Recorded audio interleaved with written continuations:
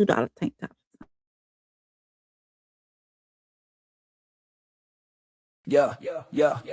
Welcome to the table where the truth gets said. No filters, no edits, no words left unsaid. Different perspectives, but we all take a stand. Real talk live, this is no middleman.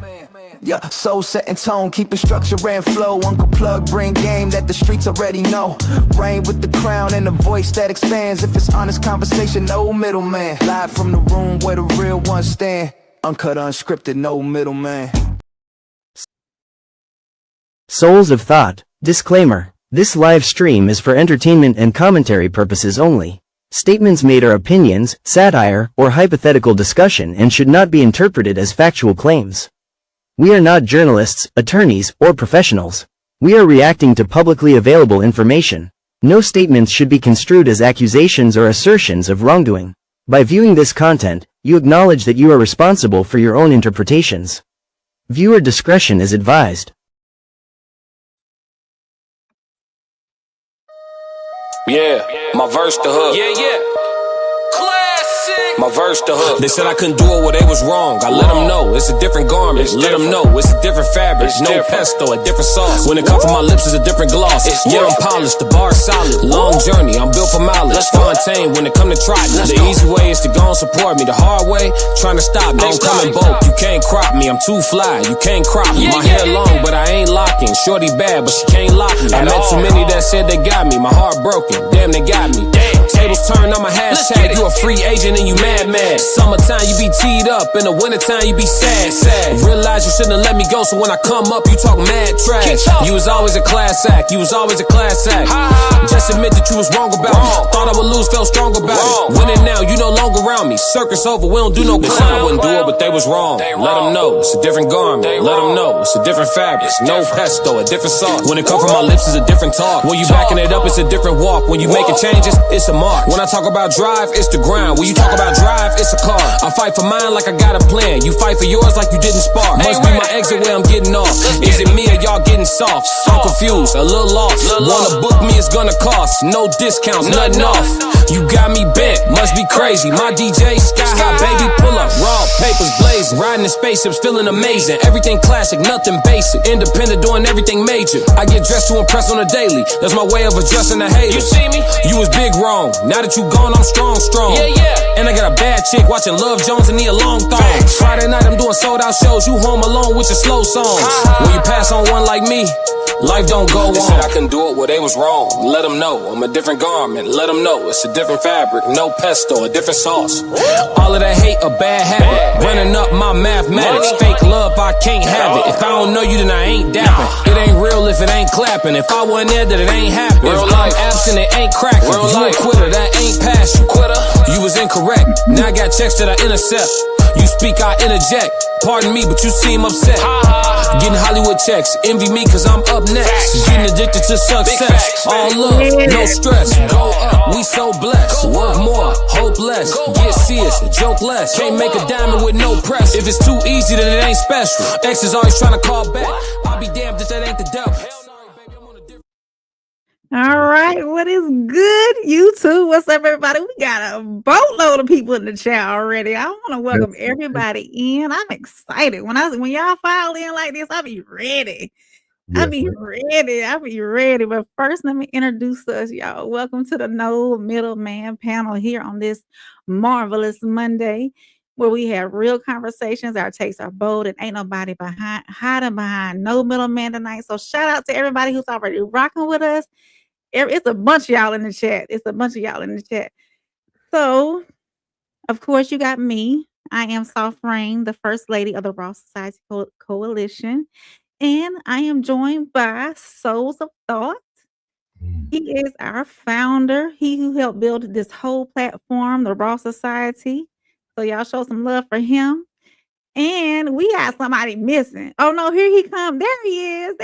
We got Uncle Plugg from Uncle Plugg TV. Welcome in. Hey Plugg. We thought we were gonna have to put out a search on you or something because I was coming. I had to get things situated real quick for when I all get right. out.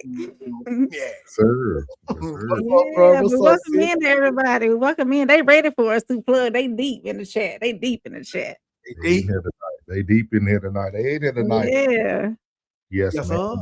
Yeah. So shout out to everybody who's already in here. Make sure you hit that like button. If you don't know, we are live on Raw Society's Facebook as well. Facebook page, yeah. Or welcome to the War Room. Yeah, appreciate you, Chanel. Throw those TWRs in there. Also, you got the plug in the building. Throw your plugs. We got to get Raina. We got to get Raina. I gotta figure out what y'all want to be called. Raindrops, radars, or something. Yeah, y'all give Rain some ideas of what she should call her chat. Shout out to Raindrop. Yeah, Raindrop would be dope. Raindrop. Yeah. Yeah, I like that too. In Too Deep, he don't miss. He don't miss. He don't Classic miss. does not miss. Do not miss on the beats or the songs at all. Shout out to everybody here in the chat, man. He says CSR. What you got to break that down for us slow people. Yeah, break it down for us. CSR, yeah, conversation soft rain. Oh, yes, yeah. That makes sense. That makes sense. Thank you, In Too Deep, for not overthinking it. I got you, big dog. I got you, big dog. We were overthinking it over here, like CSR. I mean, be cute though, the ladies, for the ladies. She likes the umbrella. Hey, umbrella. You could drop your Rihannas. Umbrellas. You know what I mean? What are Rihannas in the building? We're gonna figure something out. And y'all make sure y'all tune in Thursday night. I'm gonna have a new show out. I need y'all help too. Gentle Rain. Hey, y'all gonna have to take a poll. We need to put a poll on your YouTube page. I will. I'll do that. I'm liking me. Yeah. Raindrops is my favorite. I can't lie. Raindrop. Yeah, my raindrops. Yeah, he said snow. Call you Snow. Okay. Okay. What's up? Then Kane's in the building. What's good? She said Tech 9 in that thing. Okay. Shout out to everybody, man. We got people already in the building. Make sure y'all hit that like button. We appreciate all the love coming from Facebook as well. I knew Facebook everybody in this thing, man. Get our age group in this thing. Shout out to everybody over there, man. Yeah. Go ahead and lead the charge. In Too Deep. Y'all see In Too Deep. Drop them umbrellas with the rain, man. Raindrops on them. Yeah. As we speaking about soft rain and what she does best, we can be nowhere else but on the radar with Rain. So we got to start our topics off tonight with the radar with Rain. We're gonna get that started for y'all, and we got a heck of a show tonight, man. So y'all stand by. You're locked into On the Radar with Rain, hot topics, bold takes, and no filter on the forecast. Let's see what's making noise this week. All right, so this is On the Radar with Rain, the segment where we break down stories that are making noise across culture, news, and the internet. And tonight I've got 3 stories that are all over the place, really, coming from different angles. So we're going to start with an historic moment in Hollywood. Then we're going to move on to a story that sounds like it came straight out of a true crime documentary. Y'all know I like my true crime. And finally, we're talking about a situation involving a congresswoman, a secret identity, and a deadly police standoff. So let's get into it. Our first one, Michael B. Jordan with his fine self makes Oscar history. He has officially made history at the 2026 Academy Awards, winning it wasn't best actor, it was best lead. I didn't update my stuff. Best lead actor for his role in the film Sinners. And this moment is bigger than just one award because he is now only the 6th Black man in history to win best lead. And before him, the list includes, so he joins the list of Sidney Poitier, Denzel Washington, Jamie Foxx, Forrest Whitaker, and Will Smith. So now he joins that legacy. And during his acceptance speech, he took the time to acknowledge the actors who came before him, referring to them as men who paved the way for him to stand on that stage. And for many fans, this win felt long overdue. He did Fruitvale Station, Creed, Black Panther. He's been great in many films. So he's proven that he's one of the most powerful actors of this generation. And Hollywood finally gave him an Oscar to match the resume. So how y'all feel about that? I mean, he's a great actor, man, but it's funny that a great man can't find a great woman. But we'll talk about that later. Okay. That was the only reason why I ain't watched the Oscars in years. I think I ain't even watch it when Will Smith slapped the fire out of Chris Rock. I caught the clip. Oh yeah. Chanel, it was like family, they be giving, man, look, they be giving like awards to the dumbest. Like, now you would never, I mean, nunca watch these movies. Ever. I'll tell you about it, man. Especially with I know Chanel's making the face, but hey, this is a great actor. He has a great relationship with his mother, and he can't find a good woman.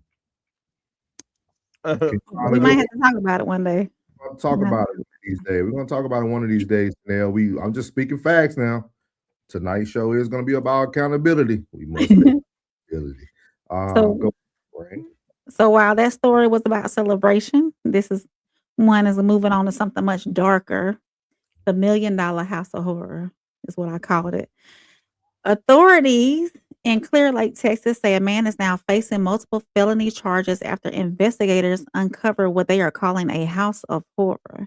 And this wasn't some rundown building. It was a $1 million home in an upscale neighborhood. Police say that the man allegedly kept his disabled wife locked inside a bedroom for years. Yes, years. According to investigators, the woman had been isolated and unable to leave the room, essentially living in captivity inside the home. The situation only came to light recently when she was finally able to contact someone and ask for help. When police arrived at the house, they reportedly discovered the shocking conditions she had been living in. Authorities say the suspect is now facing serious felony charges related to the abuse and unlawful restraint. Neighbors in the quiet community say they were completely shocked, saying that they had no idea that something like this could be happening right next door. And it's a reminder that sometimes the most disturbing stories aren't always happening in abandoned houses or dark alleyways. They're happening behind the doors of beautiful homes and quiet neighborhoods. I had some other detailed stuff about this, but supposedly the woman was blind. I pulled up my wrong notes. I pulled up my initial notes. Supposedly the woman was blind, and he left his cell phone on the nightstand. And she got a hold of that cell phone and was able to call 911. And when he realized what was going on, he knocked the phone out of her hand, and police still showed up and whatnot. So that's how he got caught. I got my wrong notes pulled up. I got my initial stuff pulled up. But yes, he got caught, and they arrested him and charged him with the unlawful restraint and what was it? Unlawful restraint, and I forget what the other one was, but he bonded out. But they have $1 million house in an upscale community. So I don't know. It was weird. So. And did you say what state this was in? In Texas. It's hold on. Clear Lake, Texas. Okay. All right, Texas. Is that near y'all out that way? We don't know, man. We cannot dox our locations. What's up, Shadow Tight? He said facts. Yeah. Facts. Shout out to the chat, man. See, conversation with Sovereign. You have started something with the On the Radar. Tomorrow, Michael B. Jordan will be the topic of discussion, guys. He will be the meat and potatoes. We're gonna break it down. Yeah, thank you to Sovereign On the Radar. See, this stuff matters, right? I told you it matters. It matters, man. So you guys big time for us, though. Even though people got horror going on in Texas, something else is going down in Texas. Yeah, so Congresswoman's bodyguard had a secret identity. And so this last story is raising some serious questions right now. A man who reportedly worked security for Texas Congresswoman Jasmine Crockett was recently unalived during a SWAT standoff with police in Dallas. But as investigators began looking into his background, they discovered something shocking. The man people knew as Mike King was actually not Mike King. Authorities say his name was Damon Mazzari Robinson. That's how I'm pronouncing it. And investigators believe he had been living under an alias. So according to police, Robinson was wanted in connection with impersonating a law enforcement officer. When officers attempted to serve the warrant, the situation escalated inside a parking garage, and police say Robinson barricaded himself inside the vehicle as officers surrounded the area. And then the SWAT team was called in and the standoff continued. And eventually, police say Robinson exited the vehicle with a weapon and pointed it towards officers, and that's when the officers opened fire. And he was pronounced dead at the scene. But the story, it gets even more complicated because they later discovered Robinson had a criminal history, including prior arrest for theft. But yet somehow, under the name Mike King, he had built a reputation working for private security in Dallas and even around political figures. So that raises a lot of questions, like how does someone with this background end up around a member of Congress? I mean, you still got to And think how about long has he been operating under that identity? Yeah, but you got to think about it too. She works in the Congress, but in the capacity that he was with her, she was running for like a certain seat, right? So like that's just like us hiring people for our campaign, right? You might have a criminal, an ex-felon, like you don't know what you're gonna have on your team. People just make up your team, and I'm sure it was probably easier for her to pay him than to get like some because she, when she was running for Texas, she wasn't walking around with like the security she would normally walk around with at Congress, sitting in the Congress. So, yeah, how much they get paid, but it costs a lot of money to run a campaign. It does. It takes a lot of donations. Take a lot. I don't think she had that much money she ran on. I think Jasmine Crockett ran more on her name and her antics than like, because if you notice, she didn't push in our cities, Plug. Like she didn't come to the bigger cities. She went to like the small cities that other people really don't know about. Yeah. So like that's experience. That's all. Yeah. Beach, blonde, bad built. Whatever she said today. So just that I guess they didn't do a security clearance on now. They didn't have to with that one. Yeah. She said, "I'm sorry, best people to watch your back may as very well be about." Yeah. That's true. That's very true. Well, he about that life, so so I get it. I get it. But they also say if you live by the poo, pew, or whatever you want to call it, you die by it too. You die by it. So I mean that's what happened, man. That's what happened. Me and Plug gonna fight. Plug is putting this on too many things. So we're gonna this is good. So we're gonna move on. You got anything else for him on the radar with Rain? That's what's on the radar tonight. A historic moment in Hollywood, a disturbing case behind the walls of a luxury home, and the mystery involving a congresswoman's security. So thank you. Always a great job, Rain. Thank you. You're locked into On the Radar with Rain, hot topics, bold takes, and no filter on the forecast. Let's see what's making noise this week. All right, guys. So I'm going to start something a little new. I'm going to start explaining to you guys the breakdown of the show. I think it'll make more sense as we move forward, building the show up. So just going to break down to you guys what the whole show is about today. Today, we're going to be speaking on accountability. We're going to be speaking on accountability, though, from multiple different avenues. It's going to be avenues of just your own personal accountability, life accountability, even from the sports world. We got Iman Shumpert talking about LeBron and how he held them accountable, which is very good. Accountability of fathers. We're going to be moving over to Big X, the Plug. And then we also going to talk about accountability in our Black community. So we're actually going to be hitting on that today with everything that happened out at the Houston Rodeo. So tonight's theme is going to be accountability, and that's what y'all are going to see. Y'all are going to see us talk about accountability in so many different ways tonight. So it'll all make sense once we get it started, but I felt like it'll be good for us to start explaining to you guys what we're actually speaking about, not just going by the thumbnail and assuming everybody already knows. So shout out to everybody who's here. Again, thank you to On the Radar with Rain. Great show today by Plug, man. Amazing show, dog. Like, you don't even think like simple topics, like just like hypotheticals, bring that type of conversation. But we got the best chat alive. It was a great conversation. Shout out to Nephew, man. Nephew be throwing in that little movie plugs. A lot of people don't be paying attention. So shout out to Nephew. I heard Classic had a great show. Shout out to Classic today. Shout out to Tez and his mother, man. Big things she's doing. Just shout out to RSC, man. Everybody on fire, man. And we're gonna have another fire show for y'all today. And we also going to be providing you guys with a mid-show break. We're going to be giving y'all a 5-minute intermission so you can get up, stretch, get you something to drink, and we got a whole little thing that we're going to play for y'all that'll get you through those 5 minutes. So we got everything coming for y'all tonight, man. Shout out to Class. He said fire, Plugg. He said 111. She said, dang, I was everywhere with y'all. Yeah. And we appreciate it, Chanel. We appreciate all the support on everybody's platform, man. It means and Chanel was our very first person who purchased the merch. So we thank you, Chanel. Chanel purchased that merch. Yeah. So we need everybody else to get on board. Shout out to Tez, man. Tez and the fam. Oh, here come Tracy again. She said, what that child support yet? Y'all still. We appreciate you, Tracy. With little Dewan. Need my shoes. Appreciate it. Need school shoes. Shout out to my guys, man, from Columbus, Ohio. My boy Poe.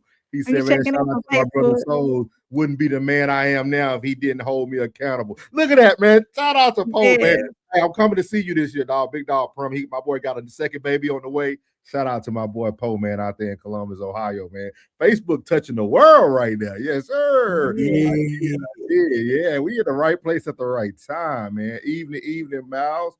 TWO, we in the war room with it. You already know. She said, time to cut that check. I need a Birkin and some red bottoms. I like it. She said, bring them tan hoodies back. Jen said, bring them tan hoodies back. She'll buy one. It's been sold out, Jen, because it's the supplier. It's not us. It's the supplier. So I'll get back on there and see if I can roll with it again. If I can design something else, and I sure will. This is gonna be a great day. I feel it, man. We got people there. It's gonna be just a great day, man. Everybody content has been amazing, dog. Immaculate. Been a great day. What you got for us? And I got something great for you, bro. What's that?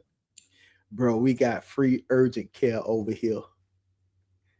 Free urgent care. I'm gonna put you on the spot. I got you, boy. You feel me? Hey, and I finally got my Texas driver license. There we go. Hey. Florida one, dude. Yeah, I got two of them, bro. Y'all can't stop me, man. Yeah. Shout out, man. So we're gonna start this thing tonight, man, with a decent icebreaker, man, for our boy Wallow. We're going to be talking about accountability, man. Why has accountability escaped us? So here we go, guys. Of us sometimes we just want to, but when you could be accountable and say, damn, I'm here because of me, that's everything. That's the greatest thing that's going to happen to you. It's painful, but once the battle and you stop battling, you're like, oh, all right, this is what it's about. I'm in life, and the place and the position that I'm in this part of my life is because of my actions and only mine. Everything opened up for you. The battle of accountability. I think a lot of people don't want to be accountable for their actions. A lot of us sometimes we just want to, but when you could be accountable and say, damn, I'm here because of me, that's everything.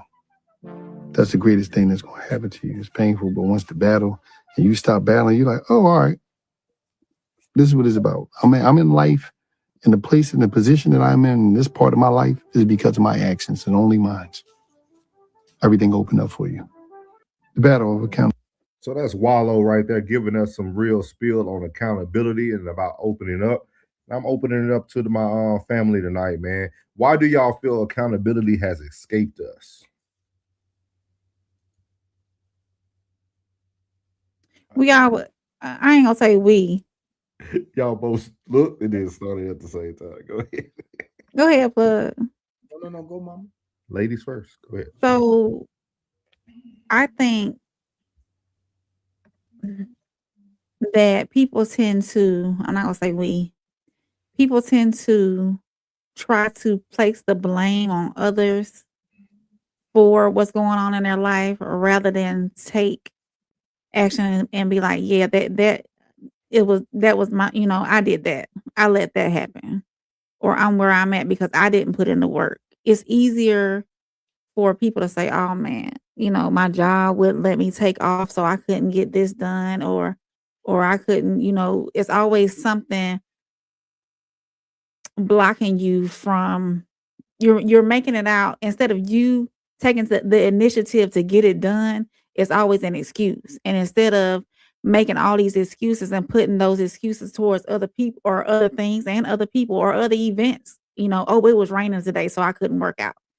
Okay, so what you gonna do in the house? So it's accountability is everywhere, Oh, I was late for work. Okay, so you should have got up earlier and got up out, it was you were the reason you were late for work. There's nothing else happening. So you got to take an account to, are you gonna say, hey, yes, this is my fault that I'm in the situation I'm in, or are you gonna keep putting blame on everything else, either an event, time, or whatever, or someone else?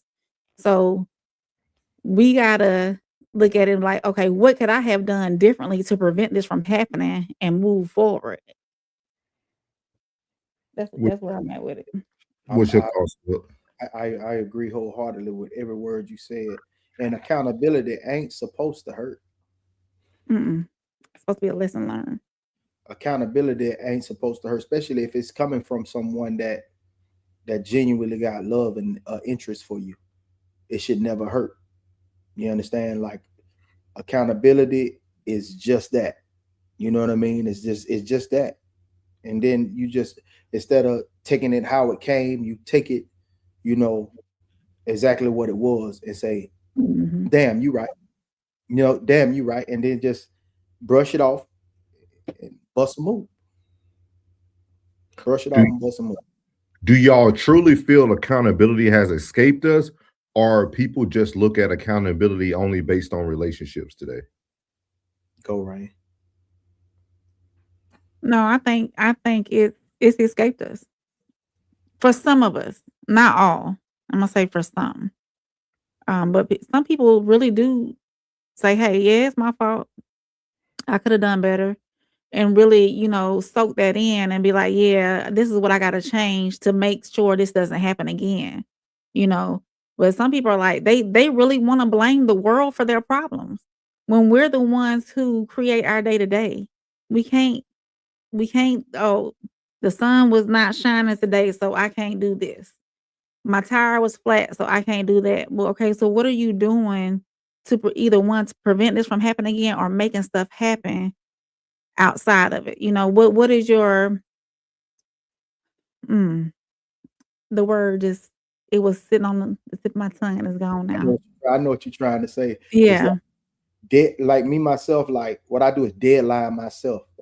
If say like a collective group, like say if the RSC put me into doing something and I don't do it, like in within that time frame, I'm a deadline myself, and then I'm going to make it happen, but keeping everybody on par with my personal deadline. I put myself, okay, I couldn't get there this Monday.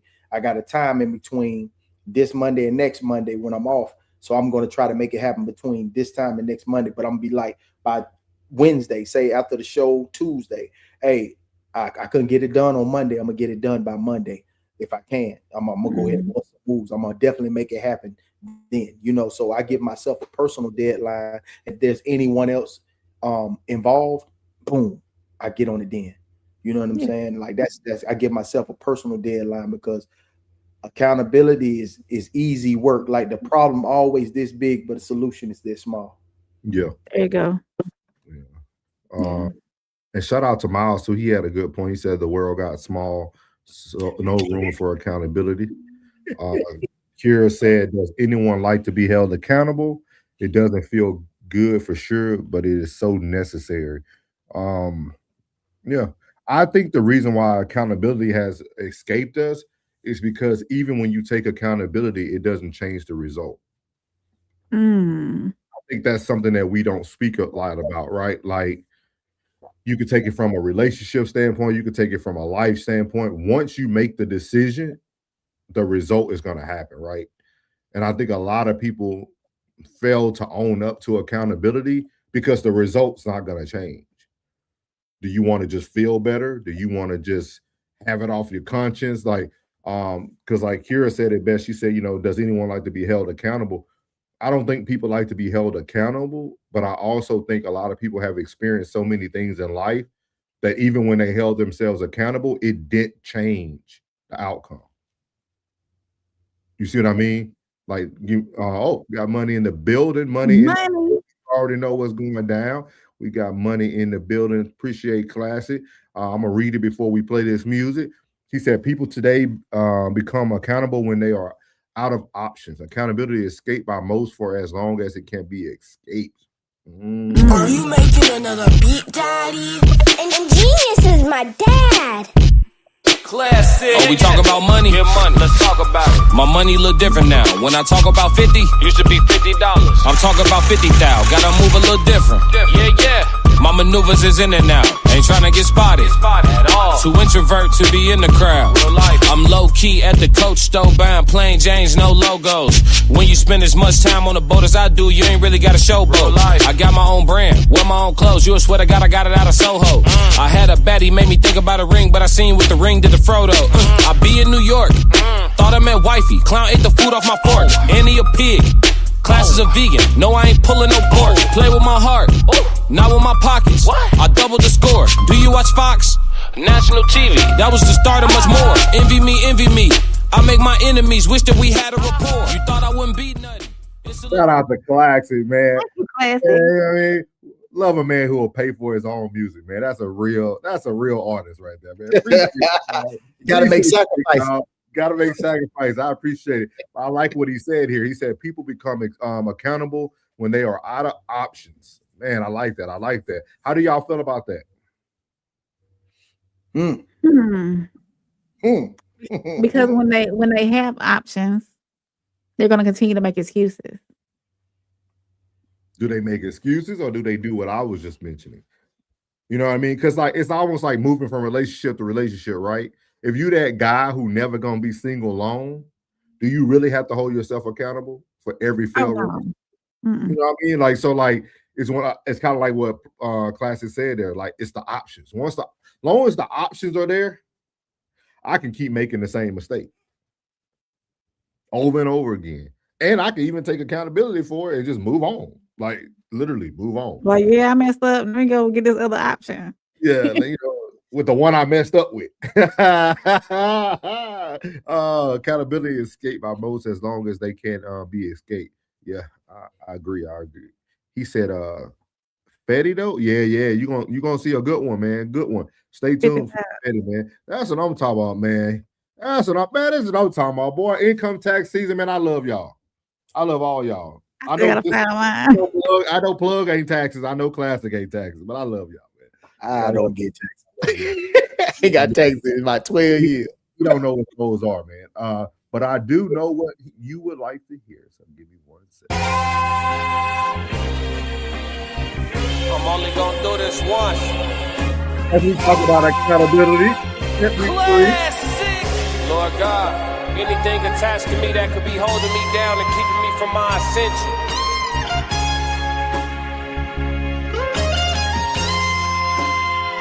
I pray that you detach that from me, so I can fly. They think ill about me, they still around me. Lord God, please set me free. I ain't going out like Gandhi, bet it won't be nobody next to me. Cause I'm watching the people I'm loving the closest way more than the people I don't. It's the people that hurt me the most in this life be the people that's locked in my phone. They made a mistake, I gave them some grace. I make a mistake and they won't do the same. People be dishing out what they can't take and they take what they cannot get back to the game. I'm unforgiving cause I'm unforgetting. I harbor resentment, I know what you did me. I am not Jesus, it ain't no repentance when I'm on a mission and moving relentless. Been here before, I know the feeling. Think it's forever, the end to be chilling. Mike Jackson, my life is a thriller. Close to midnight, I turn to the villain. Boundaries over sparing your feelings. Sebastian gone, you can cry me a rip. To be great, you gon' have to be different. When you say it, they gotta know that you meant it. Long as your actions match your diction, people gon' know that you standing on business. A lot of experiences come with this wisdom. I'm only giving you what I've been living. Enlightened now, but still remember the time my mind was a prison. Enlightened now, but still remember the time I felt like a victim. I remember.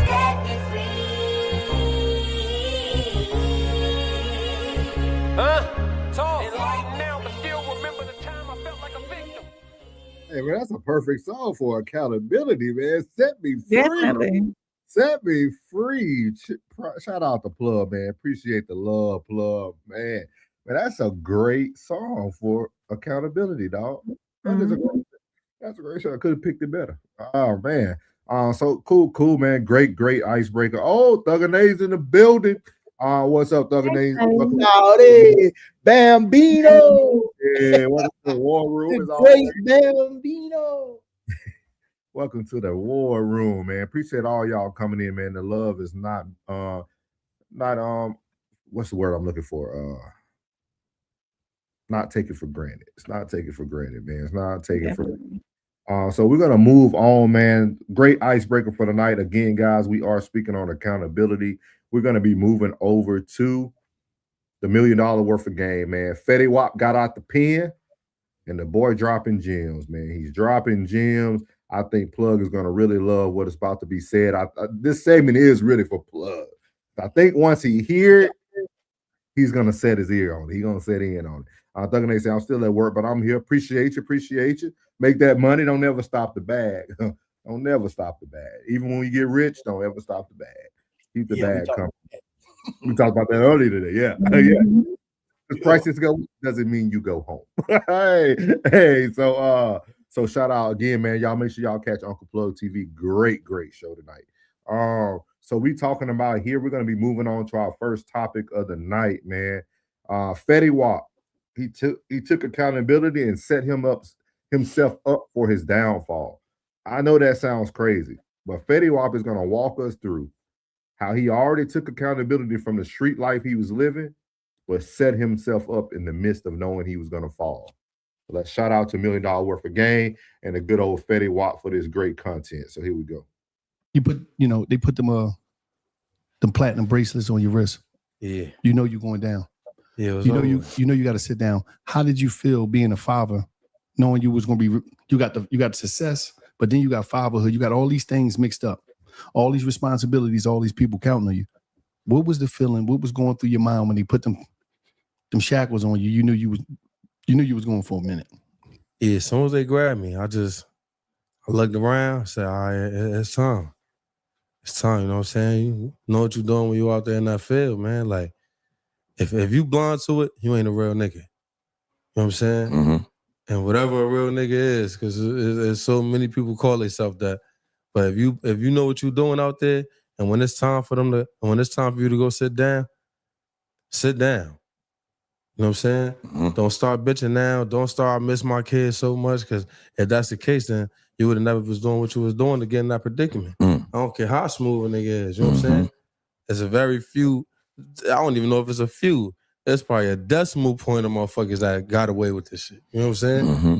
And when that time happened, I'm just like, you know what? Like, I got my sister. Like, you know what I'm saying? Like, this is what I trained him for. Like, not kind of sense, but that's what you said. You got who? My sister. Now, I need you to elaborate more on that, because you didn't say you had your niggas. You said you had your sister. Yeah. Why did you just say her and you didn't? You had a lack of confidence, because I need some of these cats out here that's operating in the street game that think that shit. Yeah, you my day one. Yeah, I died for you. Just you got to elaborate more on that, because you said my sister. You ain't say no niggas. Yeah, my homies. Most like, don't get me wrong. I got love for a lot of my niggas. You know what I'm saying? Mm-hmm. Like, I got a lot of love for them. Like, on the outside, they'll do anything for me. When you present, everybody will do anything for you. Mm-hmm.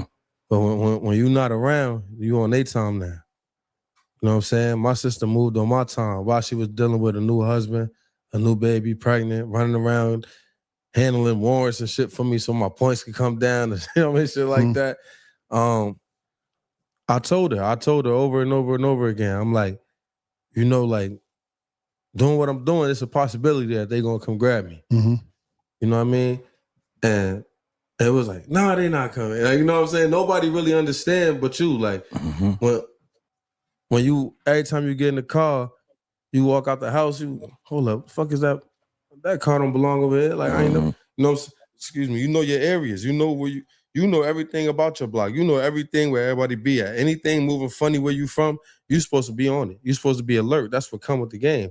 If you not prepared for that, you know what I'm saying? You're a lost soul out here. You know what I mean? So when it happened, at first the tears, everybody had the tears, and then it was right into action. And the first person in the action was my sister. It's deep when you say that. So, man, I thought this was one of the most amazing first 5 minutes of an interview I ever heard, dog. Like, literally 5 minutes into it, dog. And my boy Fetty Wap took accountability for his downfall. He took accountability for every action. He knew that every action has an opposite and equal attraction, man. So I think, Plugg, I think this is perfect for you because you do your story time for everybody on Sundays. I think this is something that you can probably talk to more people about, but I want to hear what you feel about Fetty Wap taking accountability for himself, even though he know he had a downfall coming on the back end, man. This is the ultimate taking accountability.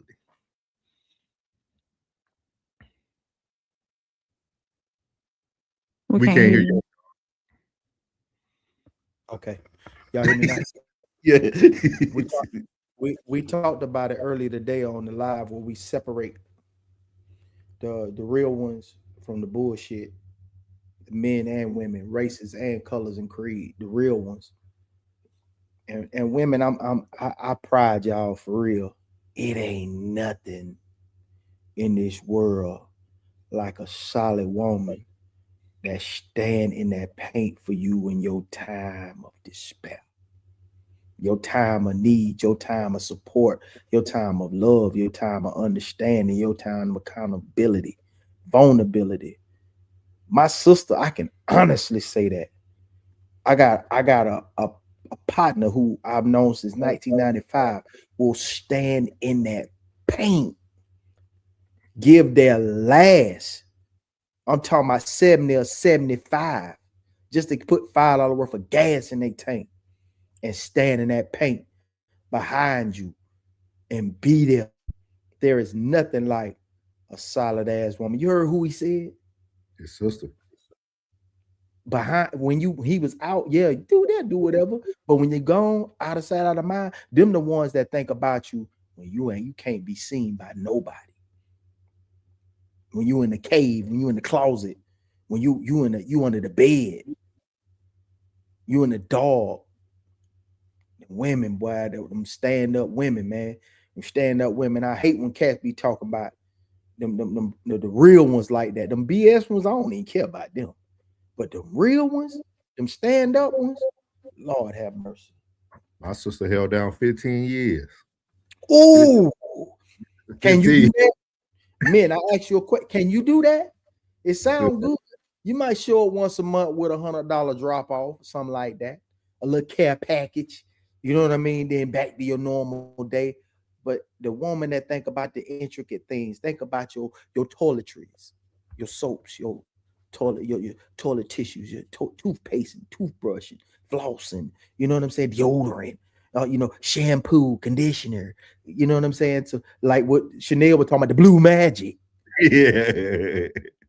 Those things, the intricate things, the forks and the spoons that's hung up on your kitchen wall.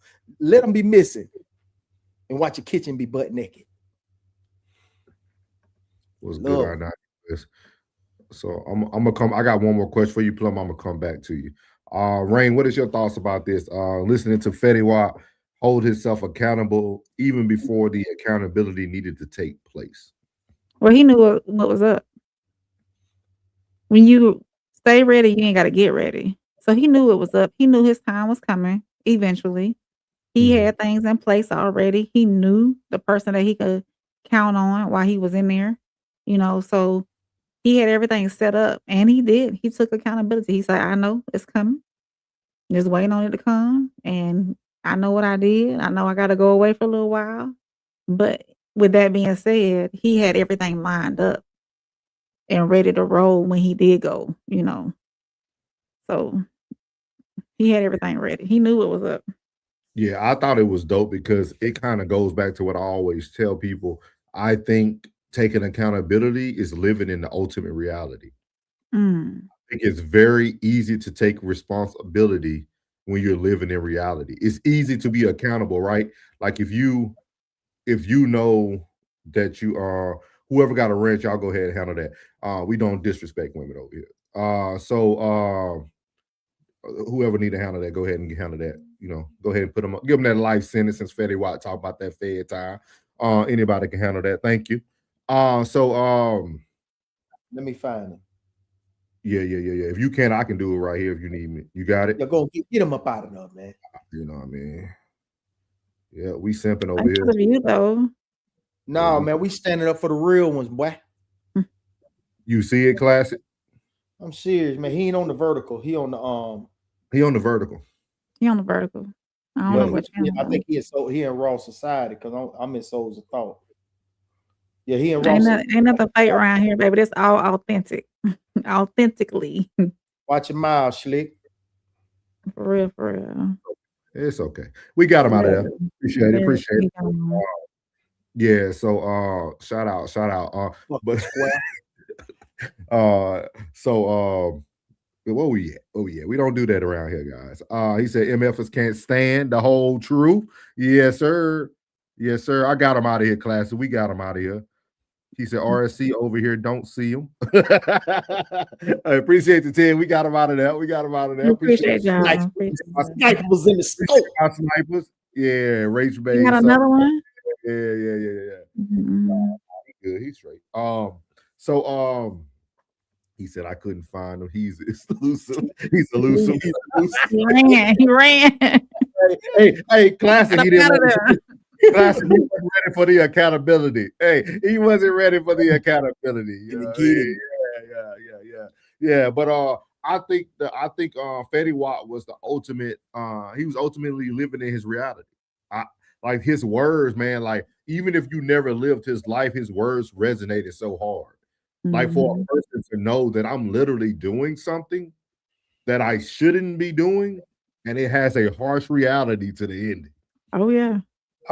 When you're not taking care of the bag, you take care of the mind, you take care of the talent, and you take care of the bag. If that man happens to be all three, you better take care of him. What is wrong with you?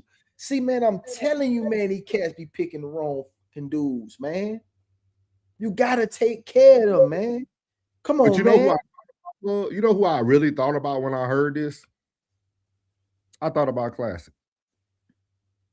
Because Classic always says something like, oh man, like Classic, I'm gonna say it wrong, but he always says kind of like, you got to know who's who, right? Mm-hmm. And when you listen to Fetty had no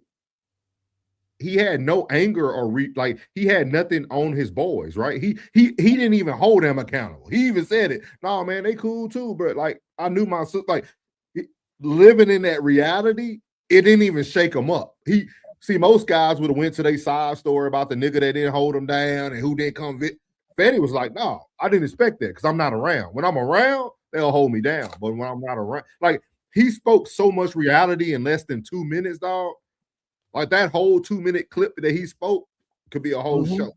Because that reality that he spoke was so real. Like to know where you are, man, to be standing present. Because longer in the interview, he said when he got to prison, all the niggas thought he was rich. Because everybody know Fetty Wap, yeah, man, like his music, you know what I mean? Like, but he's like, oh, like, man, I got that money, that was it. Like that was nothing, you know what I mean? like that's he was that's an OG. That's an OG, yeah. Like, hey, bro, I'm telling you right now, like somebody letting him know, like he might have he was in the Fed, so he probably ran into somebody who's a big dope boy. Yeah. You know what I'm saying? Or embezzler of money, a lot of money. You know what I'm saying? That Fed, you could run into anybody from any walk of life, from white collar to blue collar to street level. So when he was there, somebody had to put life in perspective for him. Like, don't even expect that from him. They ain't even just like what I just said. Those are things that you realize once you behind that wall. Yeah, you know what I'm saying? Like you realize that behind that wall, it comes to everything when you got time to sit in solitude and think. Like what we always talk about, me, you, Classic, you know, Tez. When we sit in solitude, you get a time to think and put things in perspective, and you know that a man is not built like that. Yeah. By your side, ride till the wheels fall off, the hooves, the horseshoes come off the hooves. You know what I mean? But out of mind, out of sight, out of mind, super fast because you got other to provide for. Yeah. I can't think about you. I got to think about those. I like how he said, man, when you go do it, man, go sit down.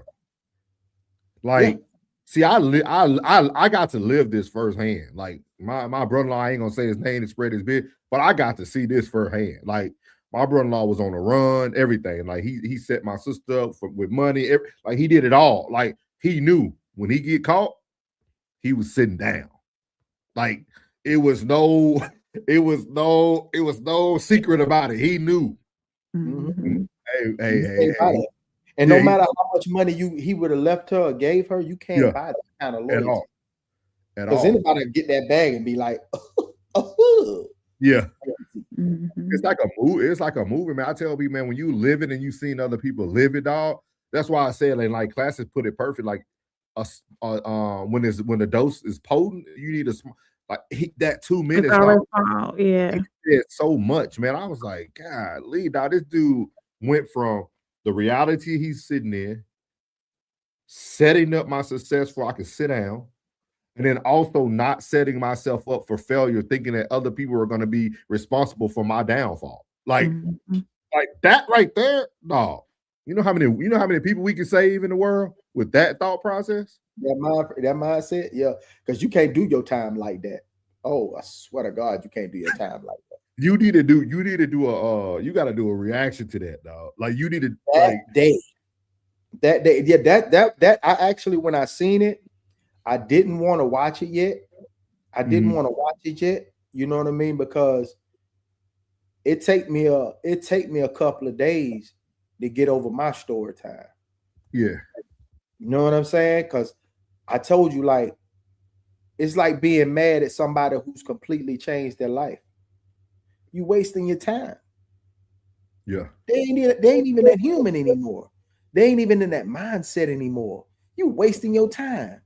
That's a whole new being, bro. Like, for real, bro. To change your mind is to change your whole thing. Like, not just the aesthetics, it's everything. When they say change people, places, and things, no, when you change your mind, man.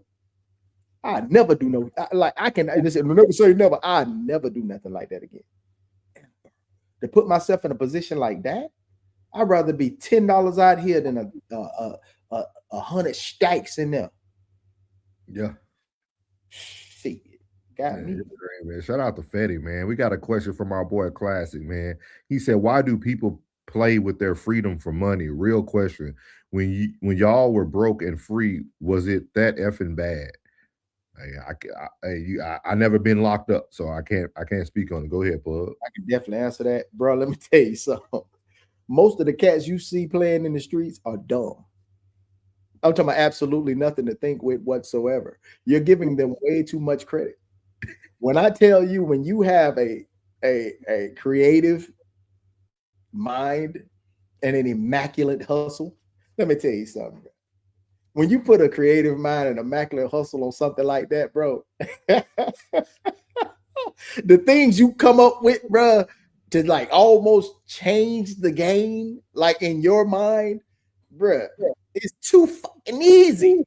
It's like going to sometimes, bro, I'm telling you, while you're in the middle of that hustle, when you're building that hustle and you're under the radar, but you're still getting to it, it's like stepping to the crap table with a loaded dice. I told you, man, like, I know most folks have never smoked crack before, but you know what a crackhead told me before? Smoking crack is like eating your favorite meal every day, and it tastes great every day, and you come back for it every day. And that's how that hustle is. It's an addiction.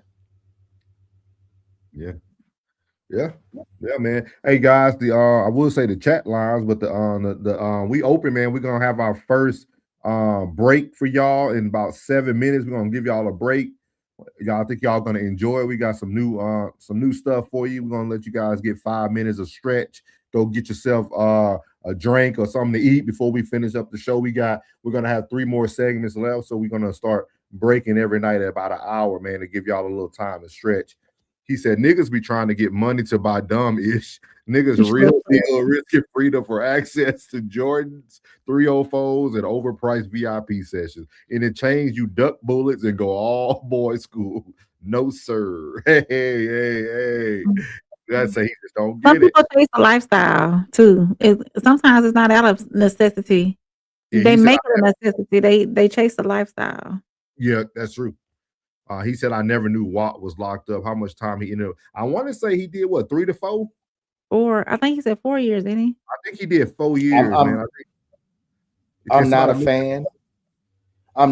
I know he was on Love and Hip Hop the last time I seen him. Yeah. And Dear Rob, he might be 1738. 1738. 738 days. Can you look that up, Rain, how much time he did? Let me see how much time. Wow. Shout out to D-Mac. D-Mac in the building. He said everyone does something. Hey, hey. What you mean, D-Mac? What you mean, D-Mac? D-Mac said everybody doing something. Hey, D-Mac. I can tell by D-Mac picture. Hey, D-Mac said everybody doing something. You know what I mean? Shout out to D-Mac, man. Welcome into the war room, man. Welcome. Hey, everybody that's on the Facebook, y'all tap into Raw Society Coalition on YouTube. Souls of Thought on YouTube, Uncle Plugg TV, Conversation with Soft Rain. That's everybody that's on this panel. The Classic Codes, he's in the chat. The Tez Down, he's in the chat. All of our channels are in the, we have it in the description later on. Tap in at us on YouTube. Everybody that's on Facebook that can't get these comments that's coming in through YouTube. While we on the break, I'll drop the links in the back chat. I can't put the links up because I'm connected. They won't, the comments won't go to Facebook. Yeah, I won't go to Facebook. So they won't go to Facebook. Fetty Wap was sentenced to 6 years. Can y'all hear me? Yeah. He was originally sentenced to 6 years in feds on May the 24th, 2023, following a guilty plea to conspiracy to distribute and possess controlled substances. So he served his time in Minnesota and was released on January 8th, 2026. Yeah, that means he did about 1.5 off of that 6. You do like don't feds give you more time on your date? Feds no, it's 85%. It's 85%. Okay. It's 85% across the board. That the state started to fall in with the feds. The state do 85 and they do 85. If the feds happen to go to 65% of your time you do, then they'll have to end up doing 65 in the state. Right. Oh, you see me counting? Yeah. Like I was counting 23, 24, 25. So 6 years is, so 12 times 6 is what? 72. So he did probably 51, like 51 months. We did like 4 months and change. 25. He did 2 and some change. He didn't even do 3 whole years because he went in the May the 24th of 23, and then he was released on January 8th of 26. So he did 2 in a piece. So how he went to feds, or how much time did he do in county, like in jail? Because your jail federal prison in 2022 for his allegedly. So he on parole. Here. So he on parole. So what he'll do is they call it what is called CRD. And that's he's the remainder in home confinement. Yeah. Do the rest at home. It depends on if he was on good behavior. That means he probably won't be on nothing intense. He probably have to just report to his parole officer since he's a entertainer. So he'll do the rest of that time. They gonna get the rest of that time. But I don't know if they do make you do the 85 on on CRD, which is that parole. Or they'll make you do the whole 80, the whole thing on parole. I got a question for you, Plugg, in just a second, because I really want to hear you answer this. He said, I went to jail for 2 weeks for a DWI and realized I'm never doing that again. Hey, that's all it takes. McKinney, welcome in, McKinney. McKinney said, I've been arrested, crack knuckles, shoplifting, stole some food when I was homeless. FBI's most wanted. I'm on the run. That boy food. Yeah, he did the crack knuckle sound effect and everything. I got a question for you though, Plugg. Talk to me. When someone's in the streets, right, and you're really in it, like Fetty was really in it. Like, why do you think people like that even pursue their dreams? Because I'm trying to get into his mind, right? Like, even the money he made for entertainment, he probably already trumped that and touched that 3 times over in the street. So like, what makes a person like what makes you want to pursue your dreams? Boy, it ain't no money like dope money. Ain't no money like liquor money. Ain't no money like coochie money. Ain't no money like that money. That money right there, bro, let me tell you something. He probably could have been sitting in the studio and somebody say, man, we got to play right now. You got to play. Yeah, we got to play right now. Like, for real? Yeah, man, just give me like 20K real quick. And somebody came back and brought him 40. Then somebody said, hey, man, we can do that play 2 times. I bet he gave up the 40, brought him back 80. But Man, shit. Man, sit at a slot machine and keep hitting that spin button, and that thing keep dropping. You saw that adrenaline keep rushing. You hear me? Yeah, Man, that's what I'm saying though. Like, but what makes a person like even try to pursue his goals though? The same thing that'll make somebody like Floyd that got 100 million go blow it all on the bed. That rush.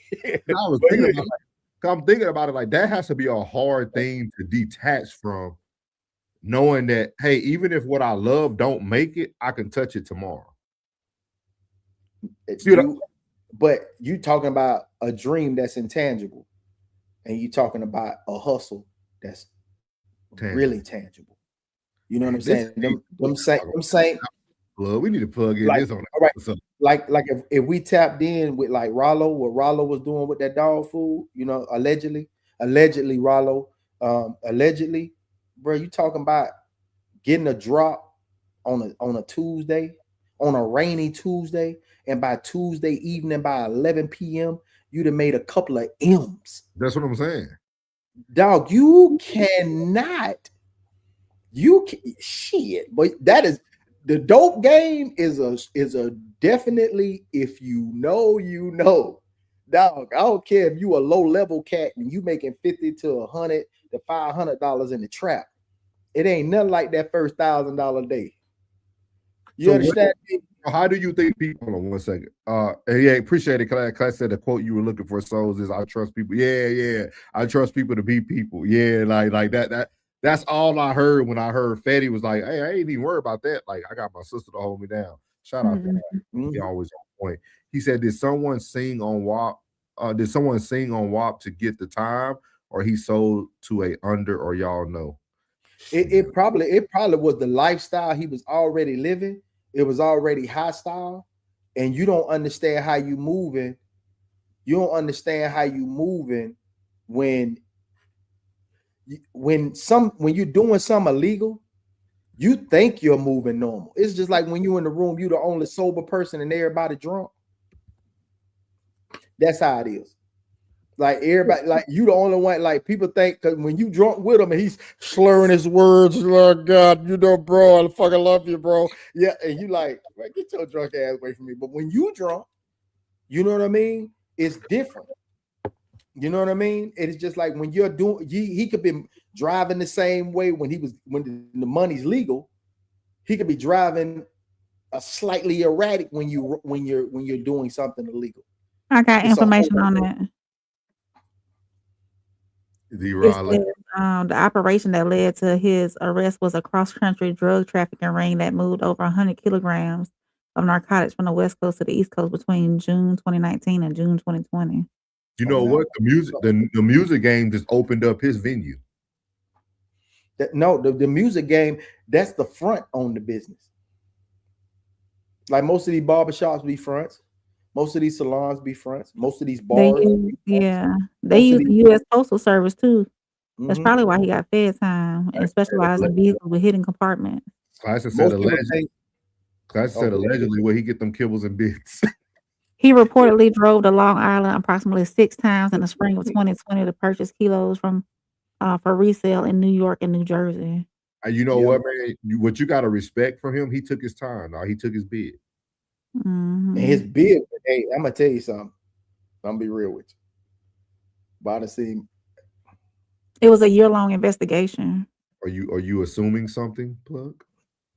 I never put that jacket on nobody. Never. He said, "I appreciate that heads up, y'all." Bro, it's like, bro, like everybody takes this damn near the same route. You gonna have wherever you coming from, you gonna hit Interstate 10. If you go into Cali, you gotta hit 10. You gotta hit 10. You gotta hit 10. The route is the same. Texas, listening to DJ Shrew, Jazz Razor. And however you moving it, it's like, see, that's why people say, dang, Plugg, thing you like to watch is gangster movies and shoot them up and bang bangs. No, I want to see how I love the criminal mind is the same mind that can run a Fortune 500 company. Oh, that's why they all get out and be successful. Yes, That's why Wallow was so successful. The same mind can run that Fortune 500 company. So whenever I'm looking at the writers and the producers and the executive producers of these shows, I'm looking at them as if, who gave you the insight for you to run your drug organization like that? But you got to think about this too, Plug. You got to think about it this way too. It's like, think about a nigga who was in the game for 15 years, right? Did his time, came out. For a person who had a high for 15, you telling me now I could be myself and show you who I am for the next 30? Oh, yeah. That's the best freedom. You see what I mean? Like Wallow had no shame. You know, that's why he was running in the rain and doing all the crazy, because he hid his life for years. But he was, you know, stick up boy, allegedly doing all this, blah, blah, blah. Like, just imagine, I tell people that all the time. Once you do your time and you served your time, you don't got to hide no more. Like, you did your time. You did your time to society at that point. It was 5 defendants on that case too. He wasn't the only one that went down. Oh, okay. Yeah. Well, they all set up there. Okay. It's 1.5 million in cash, 16 kilos of cocaine. You ain't moving that much dope. No radar. I'm sorry. And all that. I'm gonna tell y'all right now, if you're thinking about going big, you better get a pig. They was bringing them over from the West Coast. I like that movie. I like that movie. It's a movie where the old boy was doing that for. He if said, you're gonna go big, you better get that pig. And if you're gonna go at all, you better go fed. They ain't gonna treat you right in state, but you better go fed. Now see what Wall Street Trapper did. He did his time and was able to come out, and now he's selling stocks and teaching people. Like he learned it in the feds. A white dude told him, "Hey man, next time you're gonna do some time, don't be doing it on them drugs." He said, "No." He said, "I'm killing the stock market, man. I did this. They only could take a certain percentage from me." The white dude told him the whole time, "Hey, man, you need to put your money in these stocks and bonds. Also, when you get out, you still got your money." Man. So, man, imagine selling something that you ain't supposed to somebody you don't know, and imagine selling something you supposed to somebody you do know. Yeah, it's a whole different ball game. Your whole presentation is different. So, dear Rob, we're gonna come back. I'll let Rain look that up. We finna get y'all to the 7-inning stretch. We got a new segment here. It's gonna give y'all a 5-minute break time, man. Y'all gonna hear some great music and some great cinematic there. Shout out to Soft Rain for getting these things started for me today. We're gonna give y'all 5 minutes, man. We're gonna come back and we're gonna end this show with 3 hard topics, man. So y'all be on the lookout for that. But while y'all on the wait, make sure y'all follow all the channels scrolling below, man. Tears Down, The Classic Codes, The Raw Society, Conversation with Soft Rain, Uncle Plugg TV, and myself, Souls of Thought. So we'll be right back, guys. Yeah, my verse the hook. Yeah.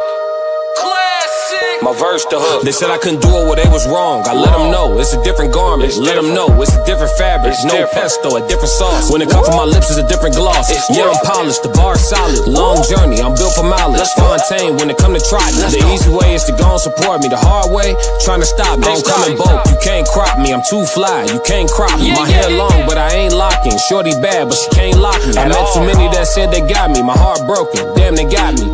Tables turned, I'm a hashtag. You a free agent and you mad. Summertime, you be teed up. In the wintertime, you be sad. Realize you shouldn't have let me go, so when I come up, you talk mad trash. You was always a class act. Just admit that you was wrong about me. Thought I would lose, felt strong about it. Winning now, you no longer around me. Circus over, we don't do no clown. They said I wouldn't do it, but they was wrong. Let them know it's a different garment. Let them know it's a different fabric. No pesto, a different sauce. When it come from my lips, it's a different talk. When you backing it up, it's a different walk. When you making changes, it's a mark. When I talk about drive, it's the grind. When you talk about drive, it's a car. I fight for mine like I got a plan. You fight for yours like you didn't spark. Must be my exit where I'm getting off. Is it me or y'all getting soft? I'm confused, a little lost. Wanna book me, it's gonna cost. No discounts, nothing off. You got me bent, must be crazy. My DJ, sky high, baby, pull up. Raw papers blazing. Riding in spaceships, feeling amazing. Everything classic, nothing basic. Independent, doing everything major. I get dressed to impress on a daily. That's my way of addressing the haters. You see me? You was big wrong. Now that you gone, I'm strong. Yeah. And I got a bad chick watching Love Jones and need a long thong. Friday night, I'm doing sold out shows. You home alone with your slow songs. When you pass on one like me, Life don't go on. They said I couldn't do it, well, they was wrong. Let them know I'm a different garment. Let them know it's a different fabric. No pesto, a different sauce. All of that hate, a bad habit. Running up my mathematics. Fake love, I can't have it. If I don't know you, then I ain't dapping. It ain't real if it ain't clapping. If I wasn't there, then it ain't happening. If I'm absent, it ain't crap. Yeah, my verse the hook. Yeah, yeah. My verse the hook. They said I couldn't do it, well, they was wrong. I let them know it's a different garment. Let them know it's a different fabric. No pesto, a different sauce. When it comes from my lips, it's a different gloss. Yeah, I'm polished, the bar solid. Long journey, I'm built for mileage. Fontaine, when it come to try. The easy way is to go and support me. The hard way, trying to stop me. Don't come in bulk. You can't crop me, I'm too fly. You can't crop me. My hair long, but I ain't locking. Shorty bad, but she can't lock me. I met too many that said they got me. My heart broken, damn, they got me. Tables turn, I'm a hashtag. You a free agent and you mad. Summertime you be teed up, in the wintertime you be sad. Realize you shouldn't have let me go, so when I come up you talk mad trash. You was always a class act, you was always a class act. Just admit that you was wrong about me. Thought I would lose, felt strong about it. Winning now, you no longer around me. Circus over, we don't do no clown. I wouldn't do it, but they was wrong. Let them know it's a different garment. Let them know it's a different fabric. No pesto, a different sauce. When it come from my lips, it's a different talk. When you backing it up, it's a different walk. When you making changes, it's a mark. When I talk about drive, it's the grind. When you talk about drive, it's a car. I fight for mine like I got a plan. You fight for yours like you didn't spar. Must be my exit where I'm getting off. Is it me or y'all getting soft? I'm confused, a little lost. Wanna book me, it's gonna cost. No discounts, nothing off. You got me bent, must be crazy. My DJ, sky high, baby, pull up. Raw papers blazing. Riding in spaceships, feeling amazing. Everything classic, nothing basic. Independent, doing everything major. I get dressed to impress on a daily. That's my way of adjusting the haters. You see me? You was big wrong. Now that you gone, I'm strong. Yeah, yeah. And I got a bad chick watching Love Jones and need a long thong. Friday night, I'm doing sold out shows. You home alone with your slow songs. When you pass on one like me, life don't go on. They said I couldn't do it, well, they was wrong. Let them know I'm a different garment. Let them know it's a different fabric. No pesto, a different sauce.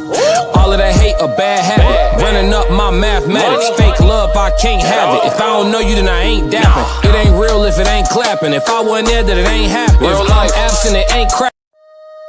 Yeah, my verse the hook. Yeah, yeah. My verse the hook. They said I couldn't do it, well, they was wrong. I let them know it's a different garment. Let them know it's a different fabric. No pesto, a different sauce. When it comes from my lips, it's a different gloss. Yeah, I'm polished, the bar solid. Long journey, I'm built for mileage. Fontaine, when it come to try. The easy way is to go and support me. The hard way, trying to stop. Don't come in bulk. You can't crop me, I'm too fly. You can't crop me. My hair long, but I ain't locking. Shorty bad, but she can't lock me. I met too many that said they got me. My heart broken, damn, they got me.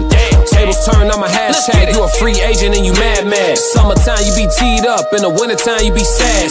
Realize you shouldn't have let me go, so when I come up you talk mad trash. You was always a class act, you was always a class act. Just admit that you was wrong about me. Thought I would lose, felt strong about it. Winning now, you no longer around me. Circus over, we don't do no clown. I wouldn't do it, but they was wrong. Let them know it's a different garment. Let them know it's a different fabric. No pesto, a different sauce. When it come from my lips, it's a different talk. When you backing it up, it's a different walk. When you making changes, it's a mark. When I talk about drive, it's the grind. When you talk about drive, it's a car. I fight for mine like I got a plan. You fight for yours like you didn't spar. Must be my exit where I'm getting off. Is it me or y'all getting soft? I'm confused, a little lost. Wanna book me, it's gonna cost. No discounts, nothing off. You got me bent, must be crazy. My DJ, sky high, baby, pull up. Raw papers blazing. Riding in spaceships, feeling amazing. Everything classic, nothing basic. Independent, doing everything major. I get dressed to impress on a daily. That's my way of adjusting the haters. You see me? You was big wrong. Now that you gone, I'm strong. Yeah, yeah. And I got a bad chick watching Love Jones and need a long thong. Friday night, I'm doing sold out shows. You home alone with your slow songs. When you pass on one like me, life don't go on. They said I can do it. Shout out to everybody. Thank y'all for tuning in, man. Hopefully y'all were able to get yourselves together on that 5-minute break. I seen my boy McKinney said he went and made some pesto, made three things of it. Now he back. What he gonna do with all this pasta? Yes, sir. Yes, sir. He said, bet him up. I'll be back. Yes, sir. Yes, sir. $50K an hour. I got one drop for him, allegedly. Richard said he hasn't made nothing mediocre, great, or amazing. Yes, sir. Yes, sir. Facts, Richard. Let's see here. There go McKinney, man. McKinney, hopefully you can get some of that to the homeless, man. Give some of that food to the homeless, man. We are back. We are back, man. Make sure y'all share this on everywhere you watching it from, man. If it's YouTube, Facebook, I just went in on Facebook myself and shared it as well with everybody. And both I tagged in Plugs and Rain. So y'all make sure y'all tag this up with everybody, man. We're gonna get right into it, man. We still talking about accountability, and there's no better place to bring accountability than to our own people. I don't know how much Rain gonna have to say about this, but me and Plug gonna be talking about this. If y'all didn't know, or if you living under a rock, the Houston Rodeo has been going on in Houston, Texas. I was actually there. I got to watch my boy Shabuzi on Friday night, and thank God the concert was on Friday, because Saturday they had to shut down the entire show. And you know why? Take a wild guess. Here we go. Houston Rodeo was shut down yesterday, and people were kicked out earlier that paid a lot of good money to enjoy a rodeo carnival and show. I'm gonna show you. Stick around.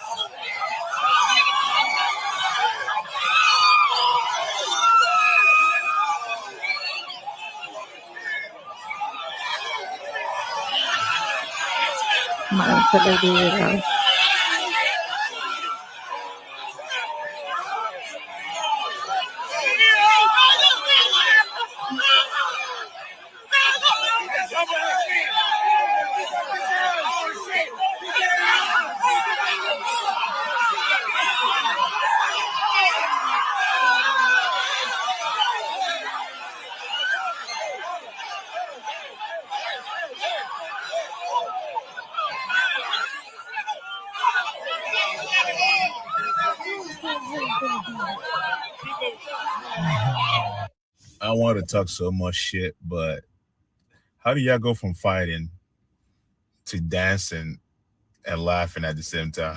I can make this up, but this is a trash behavior, like very, very trash.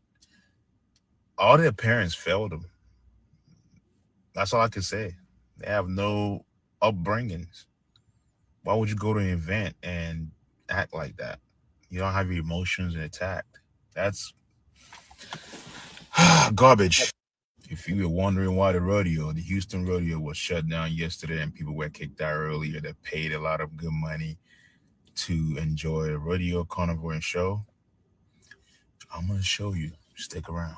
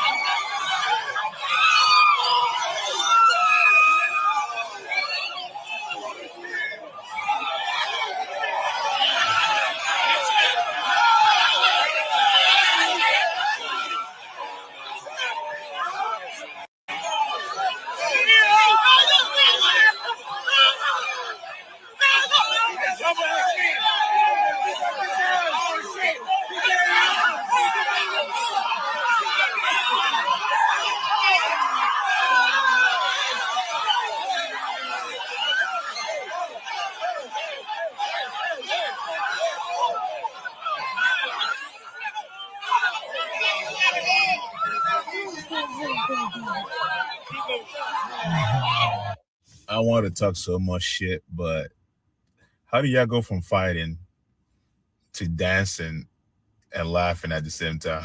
I can make this up, but this is a trash behavior. So as you have it there, man, that's the Houston Finest PD. As I mentioned, I was there Friday night. It was super calm. All the adults were out, you know. It was an older crowd. It was nice and calm. And Saturday, the kids come out to play. What are y'all thoughts about this, man? I titled this section, Houston Rodeo Shutdown, Blacks Lacks Accountability. Plug, I think you're the only person who can really say something besides myself. Bitches fell in love with that outside dick. That outside dick keep them hoes sick. Like, I like it like that. I'm telling you, I bet you was nobody from Houston actually fighting, bro. I can agree. Because it's a tradition. They ain't gonna act stupid. This is something that your parents brought you to, your grandparents brought your parents to, your parents brought you to. It's a tradition. They ain't gonna mess that up. They've been looking they be waiting all year for this. It's somebody from outside, I bet you. Super trash. One time for the SANs. Stupid ass nigga. And this is what Chanel ain't here with us, but this is what I told Chanel we'll be talking about today, because she was speaking on Plugg's show today and asking about, why can't black people just invest in each other? And I said, I'm going to show you why. This is why. As a society, we continue to set ourselves back, because it's very interesting to me. Shout out to Rain for doing Radar with Rain. Jasmine Crockett was a huge advocate for black folks throughout her time in Congress. She spoke heavily for black people. And these are the things that we continue to have to battle in the midst of what's going on in the real world. Think about that. Like, in the midst of the real world, some people struggling with gas prices, some people struggling with their loved ones overseas right now in the war. They didn't say they were, with Trump lied to us and say we weren't going to have war, but we in war. So I got to hold them accountable for that. So you got people battling for stuff like that. But then you got these kids out here who can't just come out to a location and have a decent time. I just don't understand it. I just don't understand it. Class said there are so many cool spots within America to move to, but you have to gatekeep. hey, Classic, you got to give me your guess. You got watch this contradiction. Go next. I ain't gonna say you double talk. I'm gonna say that's a contradiction. He said white people fight and get hurt at them raves and overdose as well. We ain't gonna keep it black. They do. They do. But we can't compare. It's just like how black women don't want white people compare. We can't compare. When there was a fight in Lake Wales, Winter Haven. I'm sorry, in Winter Haven. It was a big brawl. I think I sent it to you. It was a big brawl. They fought by a lake. It was how did you contradict? Okay. You said you have to gatekeep. So you recognizing that the ones you need to gatekeep from is the fucking problem. And I'm pretty sure you're gatekeeping from the ones that look like you. I'm not, but I wasn't gonna drill it. I should have go somewhere else. See, those third world countries or those other foreign countries that if you steal something, they cut your hand off. See, jail and prison has been polarized by America the way they think it's cool to fall and go to jail until it's time to go to jail. You understand? See, if there was consequences like that's why I said, you hear me when I said, if we had a contract and the breach of contract was me, I get to blow your brains out in the middle of the street, allegedly. Then if there was consequences for these things, then most people wouldn't act a certain way. If everybody in that fight, if they said, okay, it was 15 of y'all fighting, we're going to bust that in half. We're going to say, we're going to put 8 to go free and 7, we're going to execute you right now in the middle of the street. And they had all the powers that be behind them say, what you mean execute us? We're finna execute you right now in the middle of the street, right now for your behavior. Somebody's finna get executed. 7 of you are about to go right now. And then all of them got headshots or got stoned or something happened. If there was an on-site situation to happen, because I don't want to say what I want to say. An on-site situation that was to happen for your consequences, I bet they wouldn't do it no more. I bet they'll think twice about that. Because see, people in Texas know that it's open carry. So they thinking like, I would, but I ain't, because he might have a piece on him and I could die tonight. So they don't think that. They're like, why y'all got open carry? You can brandish your weapon, wear it on your hip. Because if you think that someone may have it, you may act a little more accordingly. That's true. I'm trying to get some numbers for us too, so we can have a data conversation. Statistics. Yeah, so I pulled up the statistics. Shout out to Tez now. He said white folks have worse issues at venues that black folks. You get one at every big college game, or football or basketball. Yeah, but we go viral. Classy said too many white folks make him way more uncomfortable than being around killers and weed smoke. Call it dysfunction, but it's true for me. Classy said, here we go. Classy said, if I have to choose to kick it with the crowd from a Key Glock concert or a Taylor Swift concert, give me the Key Glock crowd. No cap. That's your people. Jamal, shout out to Jamal. Jamal, welcome in. He said, true, and a lot of BS will hold people accountable. Facts. It sounds harsh, but people do evil-ish. Yeah, shout out Jamal, man. Shout out Jamal. Yep. So I'm looking at the stats right now, guys. These stats come from U.S. crime data for interracial violence and violence. It says most violent crimes happen within the same races. 62% of white victims are attacked by white offenders, and 70% of black victims are attacked by black offenders, meaning that at the moment we are in the lead, guys. Let's see here.